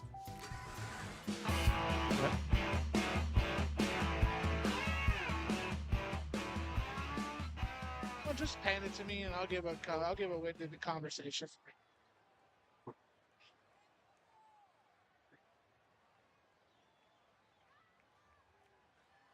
Welcome back to West Jordan, where the Jaguars lead the Hillcrest Huskies 34-20. I'm Jordan Bianucci alongside Martin Kelly, and a really fun first half. You look at the scoreboard and you think, well, it wasn't all that close, but it swung wildly at times. Yeah, there was times where it just was a bit out of reach. We saw 28-7 at one point in this game. We're thinking to ourselves, man, they're going to get up to a mercy rule point. The clock's just going to run. You know, this is going to be a repeat of Hillcrest last week versus West, where they just ran up the score on them. But, you know, Hillcrest put up a fight towards the very end, Jordan, and they got all those penalties on that drive. They were able to get a couple touchdowns late. They were able to put some momentum back in their corner. West Jordan is still the better team, but West Jordan has turned the ball over twice. They've had penalty numbers that have gone against them, so they've dug themselves a situation where they're not winning by a big margin. They're winning by a medium margin, and right now that's got to give Hillcrest any type of life and any type of idea of like, hey, we can get back into this game. Before we went to break, you mentioned, what if they get a touchdown? What if they cut this down to 7? I would love to see that by Hillcrest, because then that would give them the momentum to go into their next drive to say, hey, we have a chance to tie. Defense, come up with a big stop, and we'll give it right back over to you guys, and then you guys go get a touchdown on the offensive drive. So let's see what goes on here. If Hillcrest can come up with a big defensive stop and force West Jordan into a punt, because West Jordan is getting the second half kick. Yeah, look, I mean, Hillcrest, they've lost 3 in a row, but they have not quit at all. They've played very hard tonight and have looked good, just a little inconsistent at times. By the way, looking over at the college football side of things, Florida State trailing in overtime to Virginia on the verge of getting upset there in Charlottesville. As we get ready to start the second half action here at West Jordan, the Jaguars will receive Entz to kick it away for the Huskies. Yeah, somehow the Seminoles can beat Alabama, but are struggling against Virginia. What did I say? I've said this all year, Mark. The ACC, top to bottom, what a conference. End over end, it's going to be fielded at the 1. Brought out to the 15, the 20, and some more room, and he's going to get behind the special teams and just brought down at the 35 with a really awkward tackle. So good field position here for the Jaguars. Yeah, the Jaguars offense, who scored on 3 one-time possessions in that first half to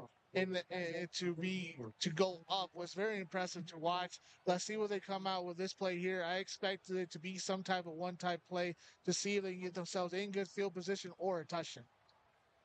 Here we go. Aiden Dunn back out there in the shotgun. 2 wide receivers to each side. 2-score game here. Jaguars on top to begin the second half. Snap is on the ground. Fielding the ground ball was Dunn, then immediately taken down for a sack. Boy, he averted disaster there. We saw that with Hillcrest a lot in the first half. Low snaps in situations where they fumbled the ball.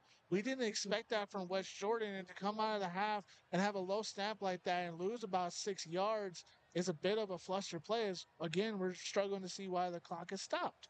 I mean, he was just tackled there for a sack, and the clock is stopped with 11:48 to play. So 2nd and 16, ball at the 32. Shotgun snap coming to Dunn. He takes it. He's going to throw. Has a man caught at the 36-yard line, but taken down immediately by Kobe Bademana over there. Good play there by Aiden Dunn. Give himself a good 3rd down and 10 situation here. You would think, well, maybe teams don't want to be in a 3rd down 10 situation. They want to get more yards. I believe in this Jaguars offense. If they're in a 3rd down 10 situation, it's a manageable 3rd down for them. So 3rd and 10, 11:21. Clock rolling now.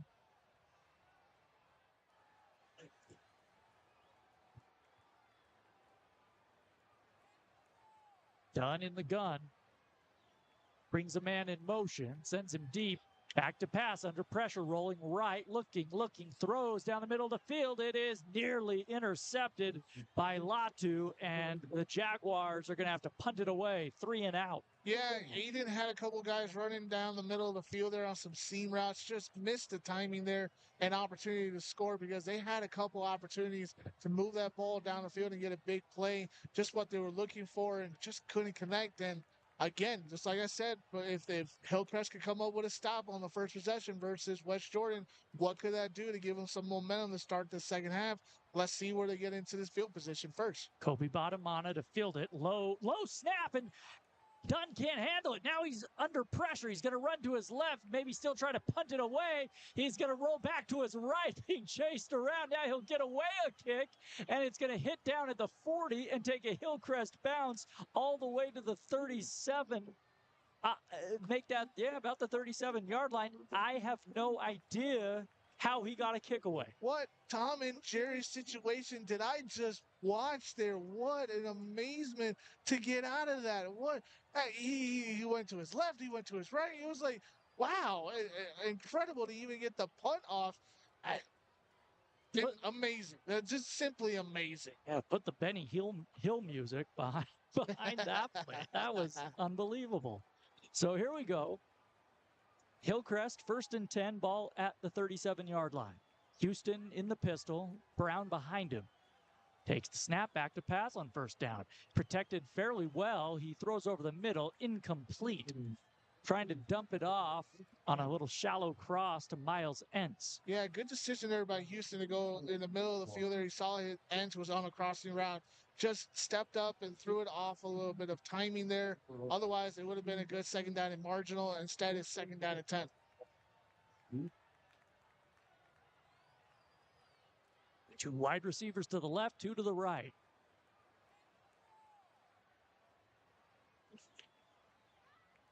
Again, Charlie Brown in the backfield. Houston takes the snap.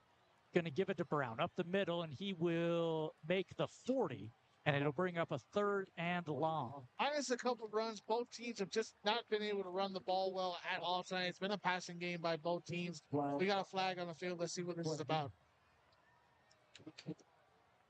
Flag fell right there at the 40. Officials chatting about it. We'll get a call here in a moment.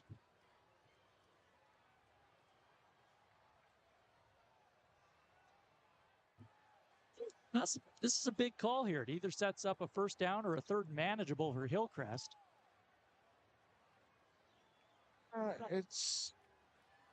We're going to get a personal foul on the Jaguars. That's been an issue in this game. That's an automatic 1st down and 15 free yards for the Huskies. And I don't know, I didn't see it. I didn't see anything obnoxious either. I agree with you, Jordan, but West Jordan just can't stay out of their own way tonight. I guarantee you, once they see the stat sheet, they might have over 100 yards of penalty yards. Ball at the 45-yard line into West Jordan territory. 1st and 10.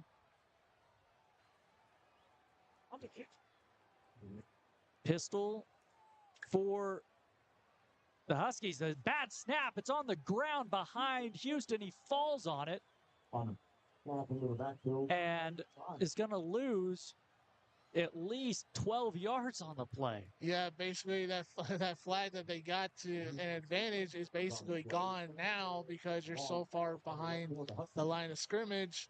I mean, that's a shotgun snap that's just on the ground, and we've seen it a lot tonight. That's hard to deal with. I wish I knew the number because it would just tell us if it's a junior or a freshman or someone who just is not so used to the snap count because it's just ill-advised. So here we go. Second and very long. Second and 21. Back to pass. Houston will throw down that left sideline, and it is caught.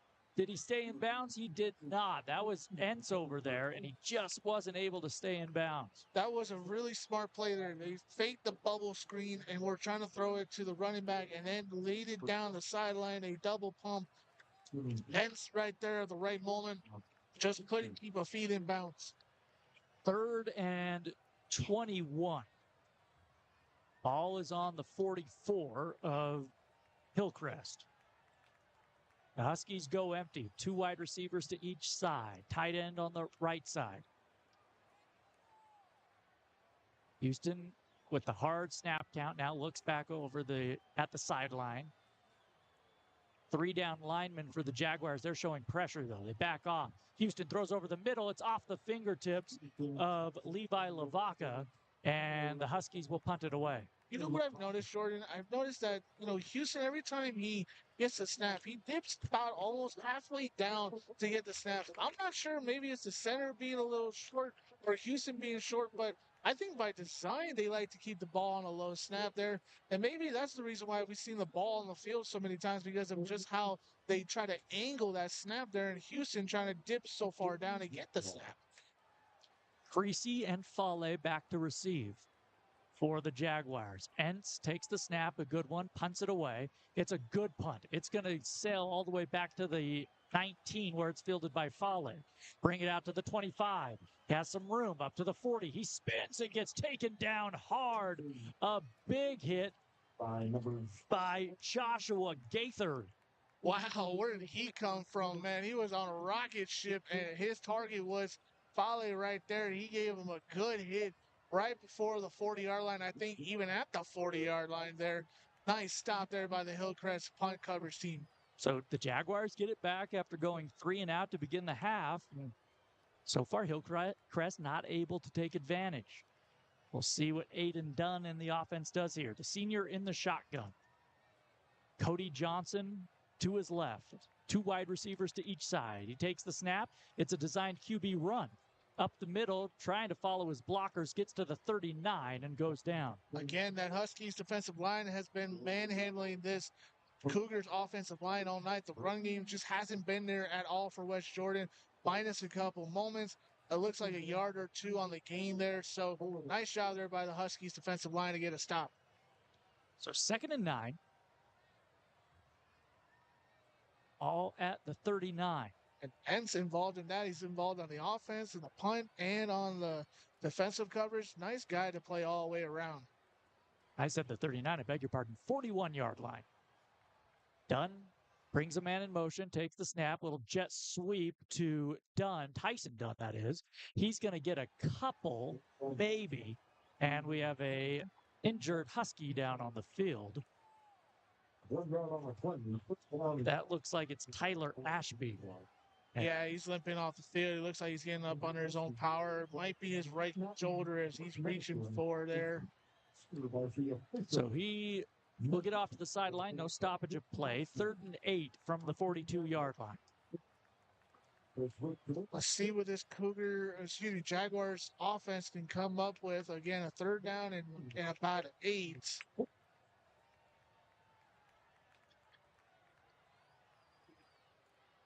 Has to be a good big play here. Halen Warner now in the backfield with Dunn. Dunn back to pass, looking over the middle. He throws over the head of his intended receiver, incomplete. And the Jaguars go 3 and out again here in the second half. Yeah, we've seen that from Aiden Dunn. Just ill-advised throws, inconsistent throws tonight.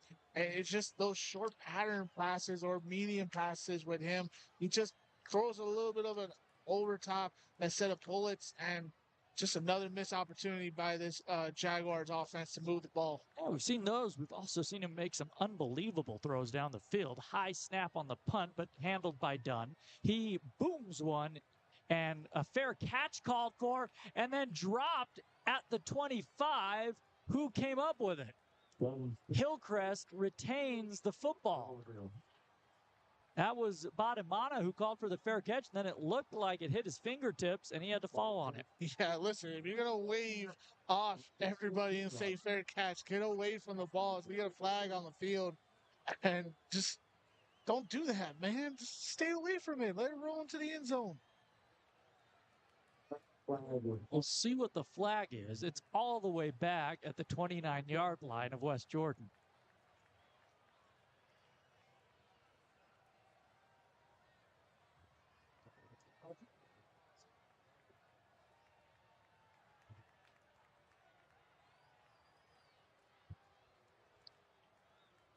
As I think the penalty got declined, so I don't think.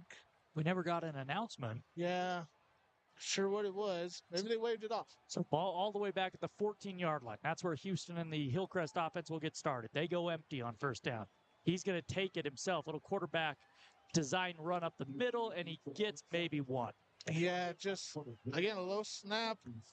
Nothing really there at all. The defensive lines tonight have been holding the rushing attempts to a standstill, and it's been very impressive. The Cougars' defensive line not allowing Houston to get anywhere. 2nd and 9. Empty again. Trips to the left. Houston in the shotgun. Taking a look at that sideline. Back to pass. Throws left. It is caught over the middle near the 25 and near a first down by Christian Atkins. And it will be a first down. Nice play there by Houston, sling it inside there again. These slant routes is something that they love to play by, live by. Good job by him to get it to his receiver. They spotted at the 25. Back into the pistol with Charlie Brown behind him. And now we're going to have a false start. Yeah, can't do that. Got to stay in formation. It'll be a 1st and 15 from the 20. And if Hillcrest if they can avoid the mistakes, they can get back into this game. Yeah, it's only a 14-point game. It feels like it should be more, but this Hillcrest defense has come up with some good 2 stops and have given their offense an opportunity to go down the field. And meanwhile, when West Jordan's played clean on the defensive end, they've come up with big stops tonight. So here we go. Houston back to pass. He is going to instead keep it and try to run, and he'll get tackled for a loss of 1 or 2. It was Porter Jones there with the tackle. Nice job there by Porter Jones to set the edge, not let him get outside and get any good yardage there. 2nd down and long here for the Hillcrest Huskies. Let's see what they call. Ball at the 19. 2nd and about 15.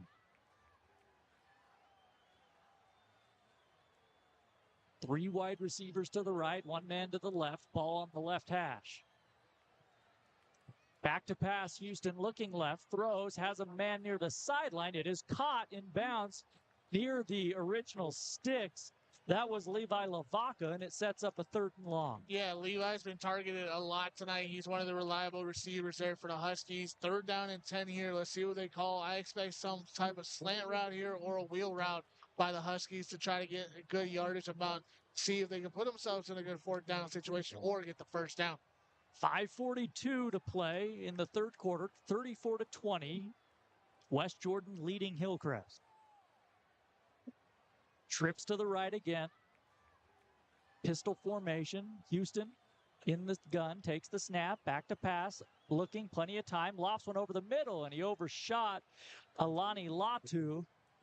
That was really a clean pocket for one of the first time tonight for Kavan Houston, but it's going to be a 4th and 10, and I assume Hillcrest, they will punt it away. Yeah, and he had an opportunity there to connect with his receiver there. He was open in the middle of the field. He would have got the 1st down, probably got to the 40 or 45-yard line, but instead, unfortunately, this Huskies offense got to punt the ball back. Entz to punt it away. Fale back to Steve, standing at his own 45-yard line. Entz He boots it. That's going to be a good one. That falls at the 36. We have a flag down as Foley picks it up at the last moment and gets thrown to the ground. But there is a flag back at the 40. Flag down. All spotted at the 30 of the Jaguars. Okay.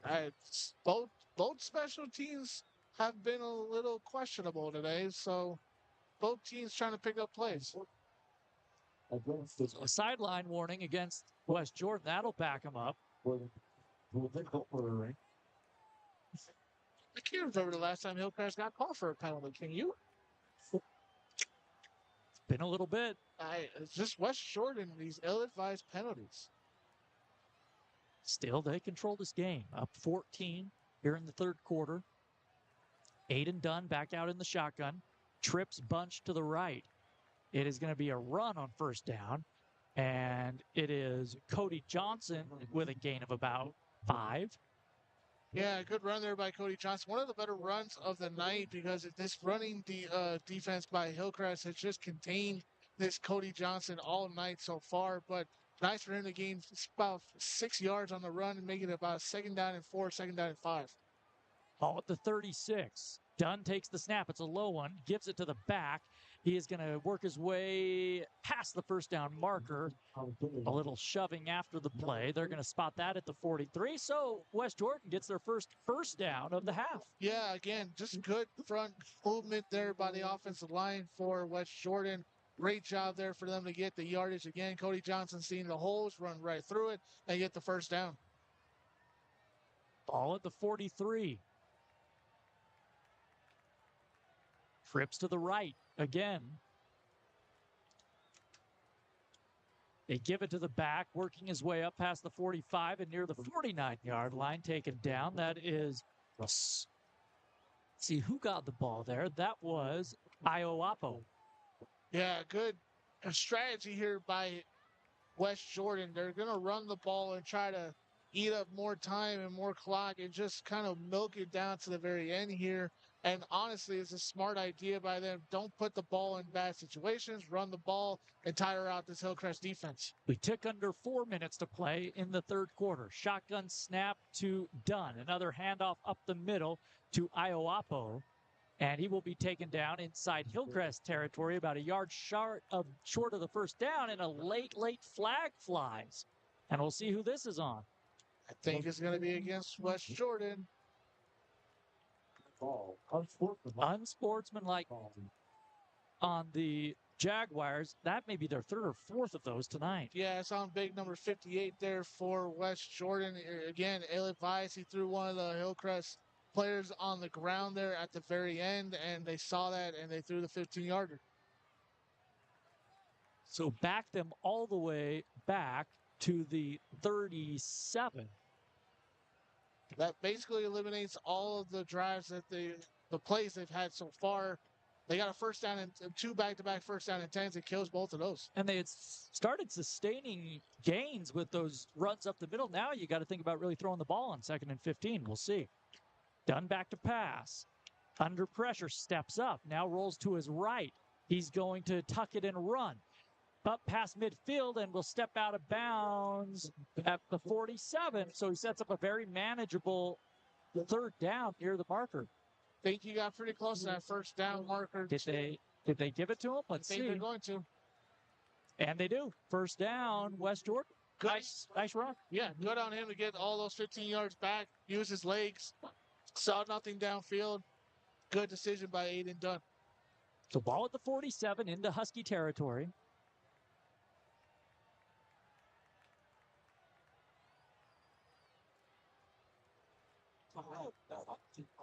Shotgun snap coming.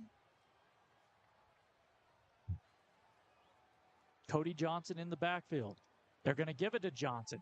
He has some room up to the 40, up near the marker, still going, and he will finally go down at the 35. First down, Jaguars. Nice job there by the Jaguars offensive line. Again, they're maintaining this control up front and getting the running lanes open for the Jaguars running backs.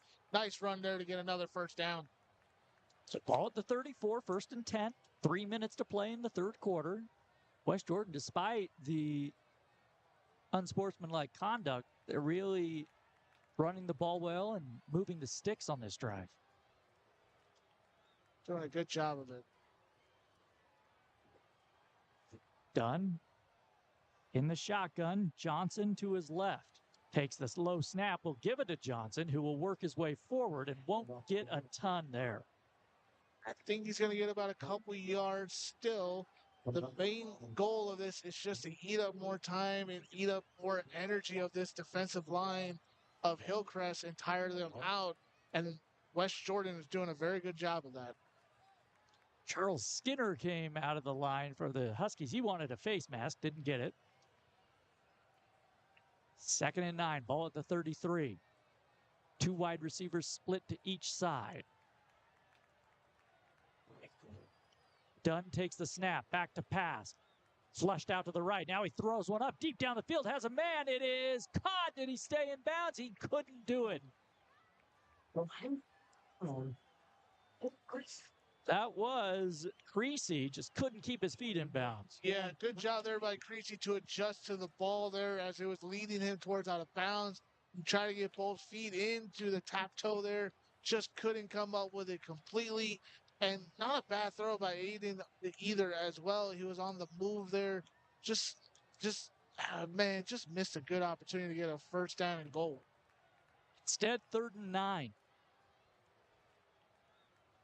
And this is maybe 4-down territory for West Jordan as they have it at the 33. Shotgun snap to Dunn. Back to pass. Now he's going to run up the middle, and he's going to be taken down well short of the sticks. Just inside the 35. Brings up a 4th down. Yeah, nice job there by number big 56 for the Huskies there. Santos Trinidad. They come up with a stop there and force a 4th down and long there for the West Jordan Jaguars. Well, they're in that spot of that kind of no man's land area, and we'll see what they decide to do here. Offense still out there on what will be about a 4th and 8. I would just try to get the yardage forward to get to the sticks here, but then again, I'm betting on them trying to get something big here, try to get a touchdown or get themselves in a first down and goal situation. 3 wide receivers to the left on 4th and 8 from the 32. Back to pass. Done. Plenty of time. Looking. Now rolling right. Still looking. Now he's going to try to run for it. Make one man miss, and he's knocked out of bounds, shy of the sticks. Yeah, he's shy, probably about 2.5 yards there, and that's going to be a big stop there by the Hillcrest defense to get a first down and 10 in their own territory, but nonetheless, a great stop there by their defense. Hillcrest will have another shot to make this a 1-score game. They are going to take over. Under a minute left here, too. 53 seconds to play in the 3rd quarter. Ball spotted at the Hillcrest 33-yard line. Neither team, that was the best drive we've seen from either offense in this 3rd quarter. No, both teams haven't scored at all since this half started, but that was a phenomenal drive there until they got stopped there by the Hillcrest defense there by West Jordan. So Houston and the offense back out there for the Huskies. They send a man in motion. They're empty. Houston's going to have a quarterback sneak. He has a lot of room up the middle. He will get to the 40, first down and more, up to the 45, and he's finally taken down at the 49-yard line. Great job there by Kevon Houston to fake it out there and then run on a QB draw there right up the middle. Nice blocking there by his offensive line to give him the opportunity to run there. Big play here by Hillcrest to get themselves a little bit of room to work with. They mark him down at the 47. Now we have whistles from the officials. Let's see what they want to respot the ball at the 48-yard line. Yeah, they give him one more yard. 25.5 seconds left on the clock here. Not a lot of time to work with. Houston takes the shotgun snap, looking to throw. Throws it over the middle. It's picked off at the 40. Going down with it is Porter Creasy, doing it on both sides of the ball, and the Jaguars get it back. And that's exactly what you're not supposed to do in that situation. It's just not a good throw there at all by Houston. Led his wide receiver too far out. Just threw it right to Creasy. Cannot give the ball back to West Jordan after their defense came up with a big stop. Can't do it. And West Jordan's defense comes up big again. Ball at the 42, 16 seconds to play in quarter number 3. Both quarterbacks have now thrown 2 interceptions in this game, and all 4 interceptions have been costly because they were all off of turnover or turnover on downs. Dunn in the shotgun, 3 wide receivers to the right. Takes the snap, back to pass, looking, he's going to dump it off. Screenplay. Caught by Cody Johnson. He has the 45 and more into Husky territory. He's going to be taken down at the 36-yard line. And that should take us to the end of quarter number 3. We do have a flag down, though, at the 44-yard line. Let's see what it is.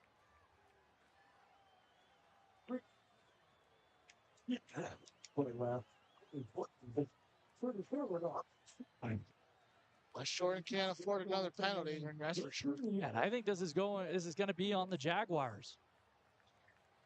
It's going to be a hold on West Jordan, so a 10-yard penalty. That'll put them back in their own territory, and it'll take us to the end of quarter number 3.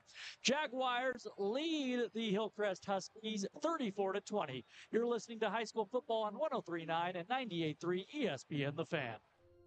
Every season, every game, every mile. Parents make the drive.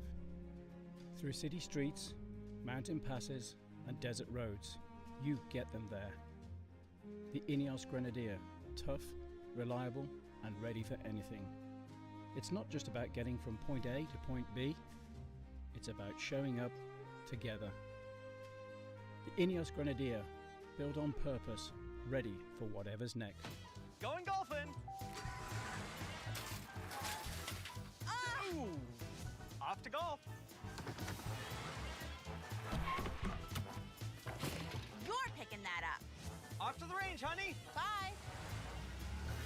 Whoa! Oh, that was close. Glad you got the backup camera installed. Yep. You don't need a new car to have new car technology.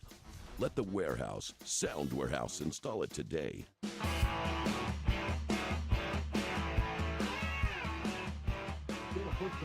Fourth quarter, West Jordan leads Hillcrest 34-20. West Jordan with the football in their own territory after the penalty. It is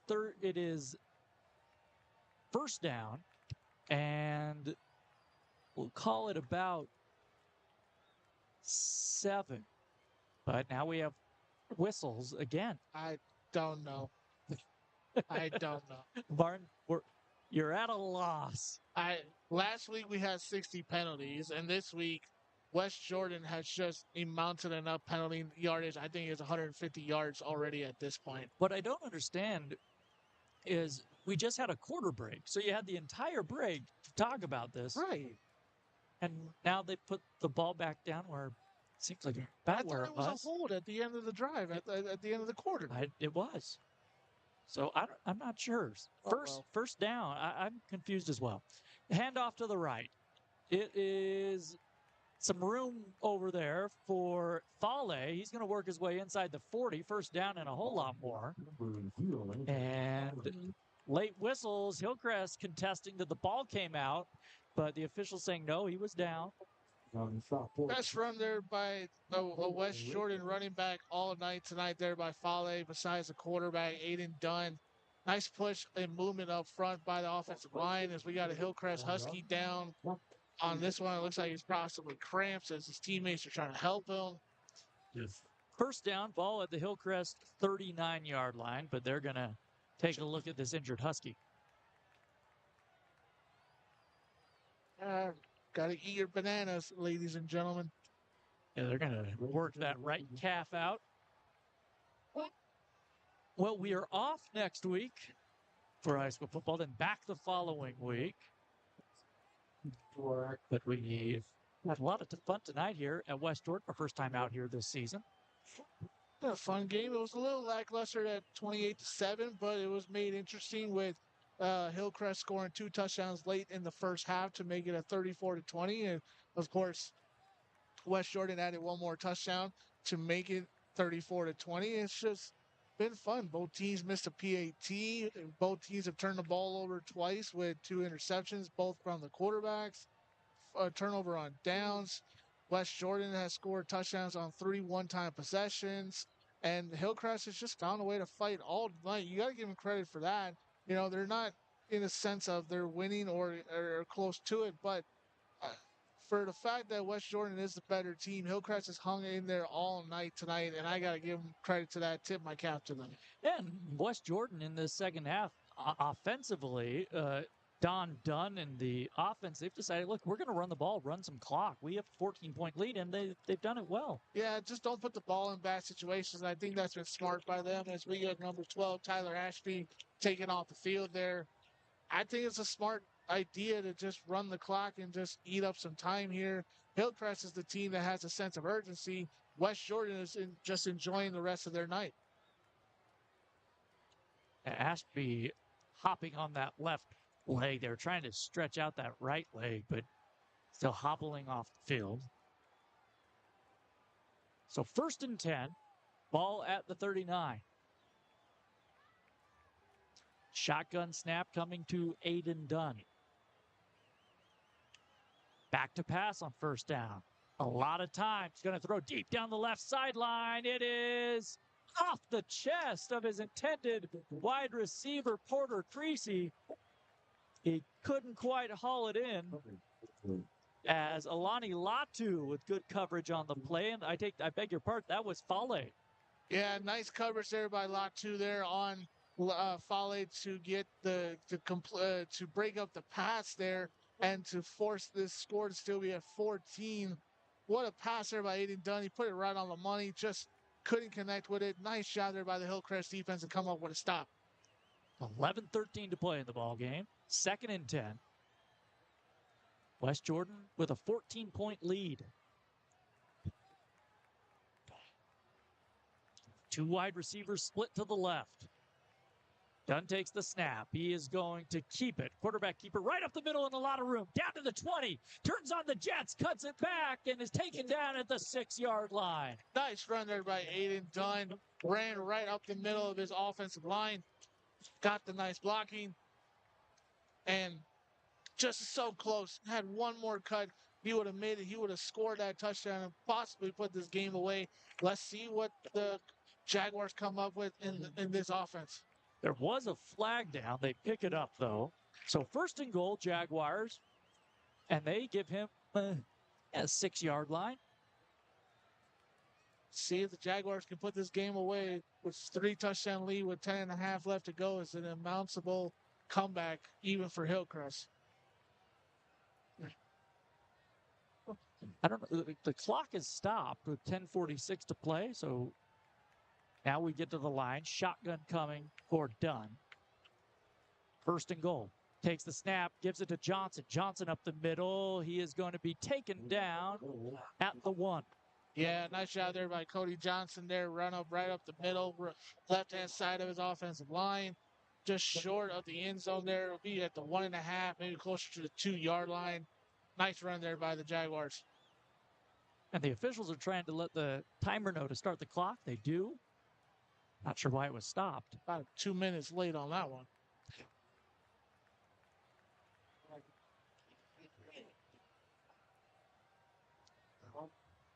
Dunn in the shotgun. 2 men in the backfield. That's Johnson to his left and Tyson Dunn to his left. He'll give it to Dunn. Boy, I'm all over the place. Give it to Johnson, and he'll be taken down at the 1-yard line. It'll be 3rd and goal. On the stop, that was Cyrus Nilsson. Yeah, nice stop there by Cyrus Nilsson. Just ran on the edge there. Wasn't going to let Cody get the edge on his other side of the defensive line. Just nice stop there to force a 3rd down here. It's a long 3rd down and goal, even if it's from the 1. Now they go under center for the first time tonight. 3 men in the backfield. They're going to give it to Johnson. He steps over the plane into the end zone. Touchdown, West Jordan. Yeah, nice run there by Cody Johnson. They show the big package on the goal line there. Beautiful design play there. And an excellent drive from the Jaguars, showing their might running the football. They punch it in. It's 40-20. PAT pending. Crazier things have happened, but I think this is just about it. I'm getting nothing right now. Snap is good. The kick is up. It is through. It is 41-20 Jaguars. And West Jordan's been impressive tonight, Martin. This is a good football team. Absolutely. West Jordan has been impressive, especially in the second half, controlling the clock, running the ball, just tiring out this Hillcrest defense until the point where they cracked and a touchdown. Regardless if you put up only one or no touchdowns, the fact that they've controlled the line of scrimmage has been very impressive. That touchdown brought to you by our friends at Baskin Robbins. Sip into that refreshing island life with bold and spicy flavors, real juicy fruit, and a new twist you can't resist.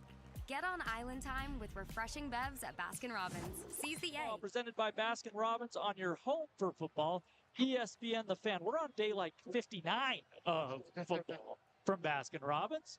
Check them out, located up and down the Wasatch Front. Couple of score updates. I'll give you a chance to guess, Jordan. How many points did West put up tonight so far? How many points do you think? They got Taylorsville? Yes. I'm going to say they put up 55. Oh, you're off by 15. 70 points over Taylorsville, 70-6. Ranger in a good dogfight with Cypress, 18-6. Granger leading? Yes, they are. Here's the kick. It is high, end over end, going to be taken at the 5. Brought out to the 15, cut back at the 16, up past the 20, and thrown down all the way at the 26-yard line. That's where the Huskies will get started. That West football team, we've seen them once this year against Timpanogos. It doesn't matter who they're playing. They're a machine. 149 points in 2 games. Yes, they put up 79 last week and 70 tonight. It's just, wow. And be very, very careful if you go up against them in the playoffs. That team looks like they're going to go all the way to the title game. Let's see what the Hillcrest offense can do here after giving up a touchdown. Houston back out there.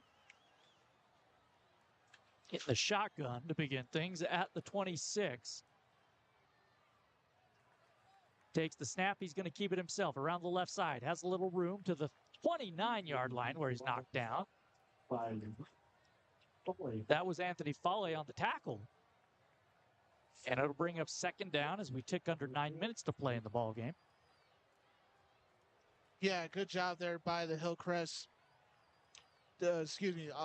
Jaguars defensive line there to get a marginal run there by Hillcrest. 2nd and 6 to go. Back to pass. Houston looking under pressure, throws off his back foot, and he's lucky it didn't get intercepted. It falls harmlessly at the 40. Houston has had way too many of those tonight. It's just ill-advised throws or just in the middle of nowhere and just no receiver. It's hard when you have 3 Jaguars in your face. Absolutely, and I don't discredit that offensive line. They've just been horrendous tonight. I know I'm sorry about being a little harsh, but it's just when your quarterback can't even have a second back there, it's a lot hard to make decisions. It's tough. West Jordan, they're getting consistent pressure. That is a good defensive front, and they're bringing it from different places. Houston takes the snap, back to pass on 3rd down. Flushed out to the left. He's going to run for it. He has the first down, and he'll step out of bounds past the 40-yard line. 1st and 10 Huskies. Nice job there by Houston. Not to force any bad throw. He decided to hang on to it, got away from the pressure, got himself a first down there to keep the drive alive here. A solid job there by Houston. They give him the 39. 39-yard line. First down, team. Huskies trailing 41-20. 8:28 to play in the ball game. Hillcrest gets to the line. 2 wide receivers split to each side. Pistol formation. Houston takes the snap. Back to pass. Throws over the middle. Caught by Charlie Brown, but taken down right away. No gain on the play. Yeah, good stop there by the Jaguars defensive line, the linebacker there, and to allow him not to get any yardage whatsoever, just back to the line of scrimmage there. This is all this Jaguars defense has to do for West Jordan. Just maintain everything in front of you and let the clock continue to run. That is the only thing they have to worry about. Now Max Cannon will come into the game. He'll set up behind Houston. 2nd and 10. Houston takes the low snap. We'll give it to Cannon. Cannon's hit right away, and he's going to get taken down for a loss of a yard. Yeah, West Jordan's defensive line just was ready for that run there. They weren't fooled at all. They weren't anticipating Houston to keep the ball or throw it there, and were ready for the tackle there. Nice job by their defensive line. Sets up a 3rd and 10. And make that a 3rd and 11 for the Huskies. Huskies are in a 4th down situation. They have no choice. Shotgun snap coming to Houston. Pistol formation. One high safety for West Jordan. They bring pressure. Throws it over the middle, and there's a miscommunication. Entz ran a go route, and Houston did not expect him to. Threw it way underneath the route. It's 4th and 11. Yeah, maybe he was expecting him to run a corner route or run some out route there towards the sideline. Just Entz kept going up the field there, and just miscommunication there. And like I said, they're in 4th down situation. They have to get this 1st down to keep the drive alive. Huskies to the line. Ball at their own 37, trying to somehow get back into this game. They need a 1st down here to do so.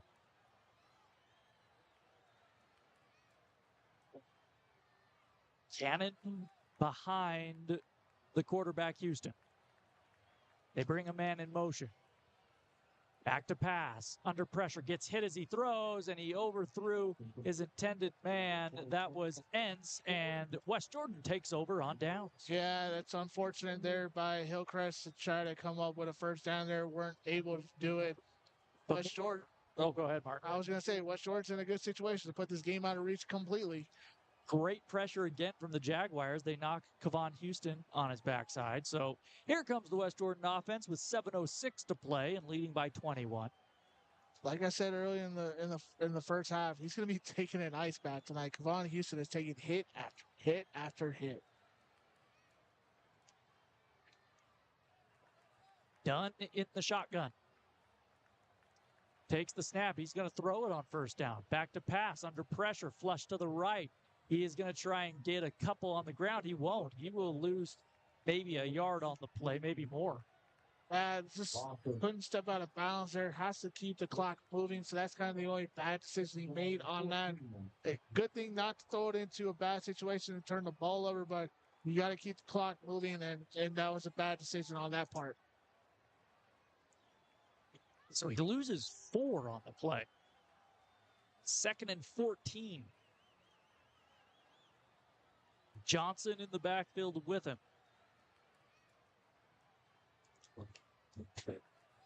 They give it to Johnson around the left side. Has a little space. Going to cut it up to the 30-yard line. Take on a Husky defender, and he is going to be right around the sticks. Yeah, it looks like he's going to get that 1st down run there. A nice job there by the Jaguars offensive line to push forward and get it done.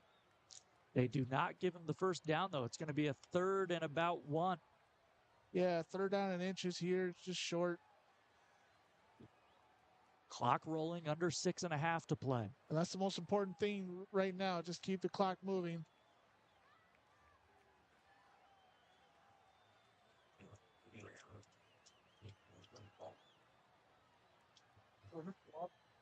And now we have whistles.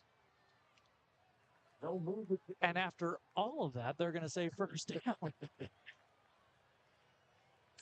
Go figure. There we go. So 1st and 10, ball at the 38-yard line. I take that back. Excuse me. Scoreboard incorrect. Ball inside the 35. Done to pass. Has a man over on the sideline caught near the sticks. That is Io Oppo on the reception. Yeah. Like I keep mentioning, that's just going to stop the clock there. It'll be 2nd down short. Right now, all West Jordan has to do is just keep moving down the field here.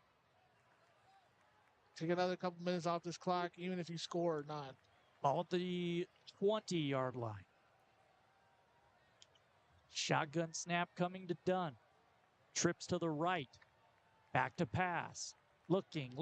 Now moves to his left. He's going to run inside the 20. Makes one man miss. And then hit at the 15 and goes down. Yeah, let's go right now. Keep the clock moving. Keep the clock moving. We'll stop because of the 1st down. Or not. So 1st down. 5.5 to play. Think of college rules. It stops always after a 1st down. Mm-hmm. Ball at the 16-yard line. West Jordan's going to close this one out, leading 41-20. And it's all been all about the rush yards in the second half for the Jaguars. They've been terrific on the ground. Yeah, they have. He'll throw on first down here and overshoots his man out of bounds, incomplete.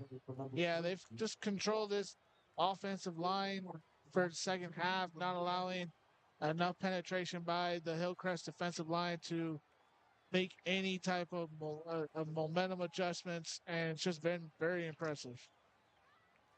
2nd and 10. They give it to Johnson. He bounces it out to the outside. End zone in his sights. Touchdown, Jaguars. Nice job there by Cody Johnson. Makes a couple man miss. Touchdown there. This game's out of reach.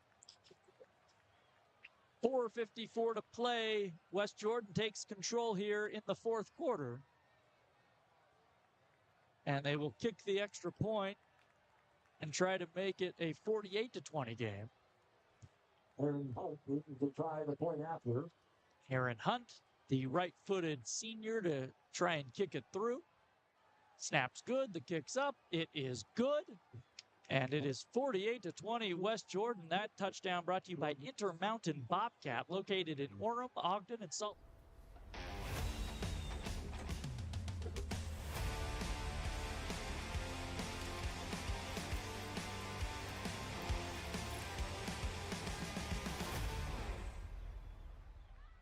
Ooh, has put up a lot of points this season. That's going to be a fun one. I'll find some way to watch that game. If not, I'll go to that game. I want to see those two teams play because that's going to be fun. That'll be next week, right there on West Temple in Salt Lake City. West and West Jordan in a Region 4 showdown. I'll buy my tickets tomorrow. After that, they will have, West Jordan, I should say, will have just 2 more games left on the regular season schedule. They will take on Kearns here at home and then Granger here in West Jordan. Oh, wow, I can't. That West Jordan versus West High, that is going to be a fun one there. We'll see if West Jordan's defense can come up with some good stops in that game to even keep the game close. I think they might. I think you're right. I think that'll be a competitive game. Hunt to kick it away from the 40. He pooches one. It's going to be fielded at the 30 and taken out of bounds by Grady Court. 4:27 to play in the ball game. 48-20 West Jordan. I mean, never in my high school career, Jordan, when I played high school for 2 years, varsity in Chicago, did we ever put up anywhere near 70 points? I think maybe we got close to 63 in one game. That was one game. That was my senior year, but 79 points, 70 points, 149 points in two weeks. My God. That West running game. Yes. They had 9 rushing touchdowns last week. That's incredible. Against Hillcrest. I mean, it's pretty impressive. They're going to be tested with this West Jordan defense, I think, as this pass is incomplete from Houston, intended for Christian Sells. Yeah, just a little bit out of reach and out of touch with his wide receiver there. It almost was a completion, but it bumbled up a little bit towards the end there. 2nd and 10 from the 32. We're talking about it all night. Von Houston just been seeing everybody in his face and just making any throw he can. Give the West Jordan defense credit. They've shut out this Husky offense in the second half. No points at all. None. Phenomenal job by the coaching staff. 3 wide receivers to the right here on 2nd and 10. Pistol for Houston. Takes the snap. Going to give it to his back.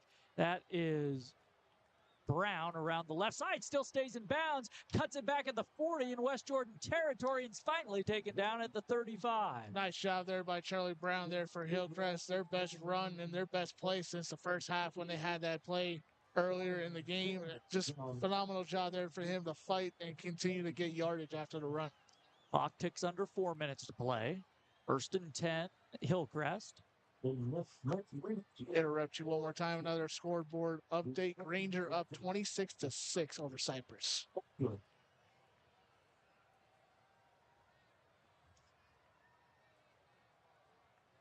Houston takes the snap, the lefty back to throw. Looking deep down the left sideline, it is caught.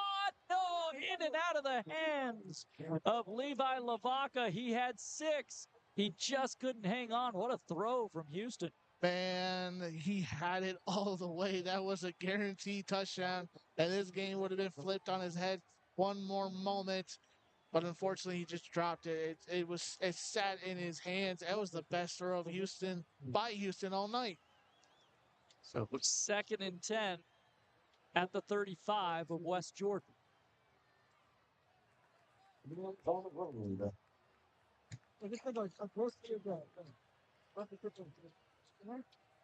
Houston to throw over the middle, caught at the 20 and hit hard there. Taken down is Alani Latu, and Hillcrest into the red zone as we hit the 3:10 mark in the fourth quarter. Yeah, nice catch there by Latu, sitting in the middle of the field, taking a dangerous hit there afterwards. Nice catch by him. Stick around after the ball game. We'll have our brief post-game show, name our player of the game.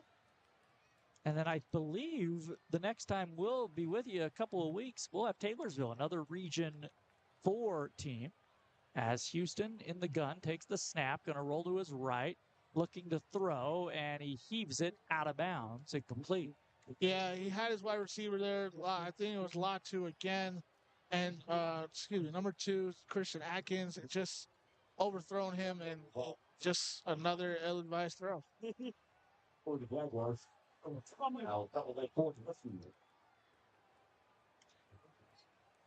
So 2nd down from the 20. Huskies trying to get on the board here in the second half. They've been shut out in the 3rd and 4th quarters. And we're going to have flags prior to the snap, and the Jaguars jump off sides. Yeah, that's number 44 for the Jaguars there. Was ill-advised. It's my new vocabulary word of the week. I've been using it all night. It was ill-advised. Hey, you can't jump off sides, man. You're watching the ball. That's your job. Just watch the ball. 2nd and 5. Back to pass. Houston under pressure again. He's going to get hit, taken down for the sack. I don't know who that was, but he gave us a dance, the defensive lineman, after the sack. Man, if I did that in high school, I'd be running for 10 days straight for that. That was Sione To'utai. I'd have been running so many 110s. So many 110s. I was impressed. I liked it. I love it, too. I'm surprised he didn't get the flag, though. As we tick down to 2:04 to play. 3rd and 10, Houston. They throw unsportsmanlike conducts for you just pointing the ball at somebody. And that, wow, that was okay. Back to pass. Throwing left. It is picked off. And that will do it. That was Gage Eaton, the sophomore, coming up with the pick. The cherry on top of the Sunday. West Jordan takes over with 1:51 to play. Yeah, West Jordan can just run the ball a couple times, kneel it, and call it a night. Impressive by them. 3 interceptions on the night by that defense. Shutout second half. Very impressive by the coaching staff and these players. So they'll take over at their own 14. And we'll have a new quarterback coming into the game. It's going to be Tyson Demke, the second stringer. Demke joined by Halen Warner in the backfield, and he's going to throw. He's going to step up, in fact, in a little quarterback draw and make it all the way out to the 25-yard line. So shout out to Sayer Nielsen with us tonight, controlling the electronics on our stream tonight. Done an awesome job giving us scoreboard updates as well. Nice job there by the Jaguars offense to keep the drive moving. They'll probably just run a couple more plays and then take some knees. 48-20. Jaguars leading here with 1:20 to play in the fourth quarter. Demke will take the shotgun snap. It's low. He drops it, picks it up, and we have whistles. I thought it was a fumble. I thought it was too, and I'm wondering if his knee touched as he went down to pick it up, because they're gonna spot him down back at the 22. Wow, that was a quick reaction by the refs. I'll give them that. Under a minute to play. Brings up 2nd and 15. So are you thinking about your player of the game? I am thinking about my player of the game. Quite a few choices tonight. Cody Johnson had a great night. Aiden Dunn had a great night. Dempke's going to run it again. Going to go down at about the 35, and that should do it. 30 seconds to play, and West Jordan should be able to let this one roll out. An impressive performance from the Jaguars. They will move to 5-2 on the year. The Huskies lose their 4th in a row. They will fall to 1-6, 0-4 in Region 4 play. And I should mention, most importantly for West Jordan, they improved to 4-0. So we're going to have an undefeated matchup next week with West. They will kneel on it. That will do it. And West Jordan beats Hillcrest 48-20. We will take a quick break, come back with our post-game show on the other side. It's Utah High School football on 103.9 and 98.3 ESPN The Fan. When the going gets tough, the tough are already up and going. Because when the only way is through, you go boldly into the task at hand. With the right tool to accomplish the improbable. More muscle, more hustle, more accomplished. To you, it's just another Tuesday. Because if you have the will, we have the way. Accomplish more with a Bobcat loader or excavator.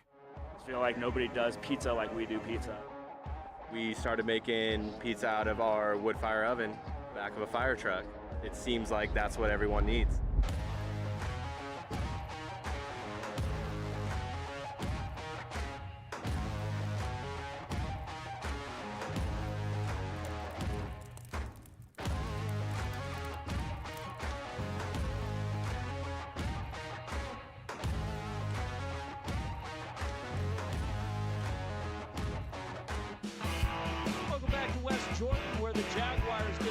Take down Hillcrest by a final of 48-20. And Martin, an impressive win by the Jaguars. Who's your player of the game tonight? I'm going to give it to Aiden Dunn.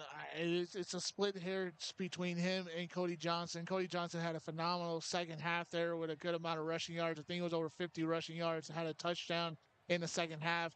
But Aiden Dunn with 3 touchdown throws in the first half there with a jet sweep handoff with 2 one-time throws down the field there. Congratulations to Aiden Dunn, winning player of the game tonight. Just an impressive first half by him, and then maintaining the second half and helping out his team stay out of tough situations. He did throw 2 interceptions, but he cleaned it up in the second half. Didn't throw an interception or turn the ball over whatsoever.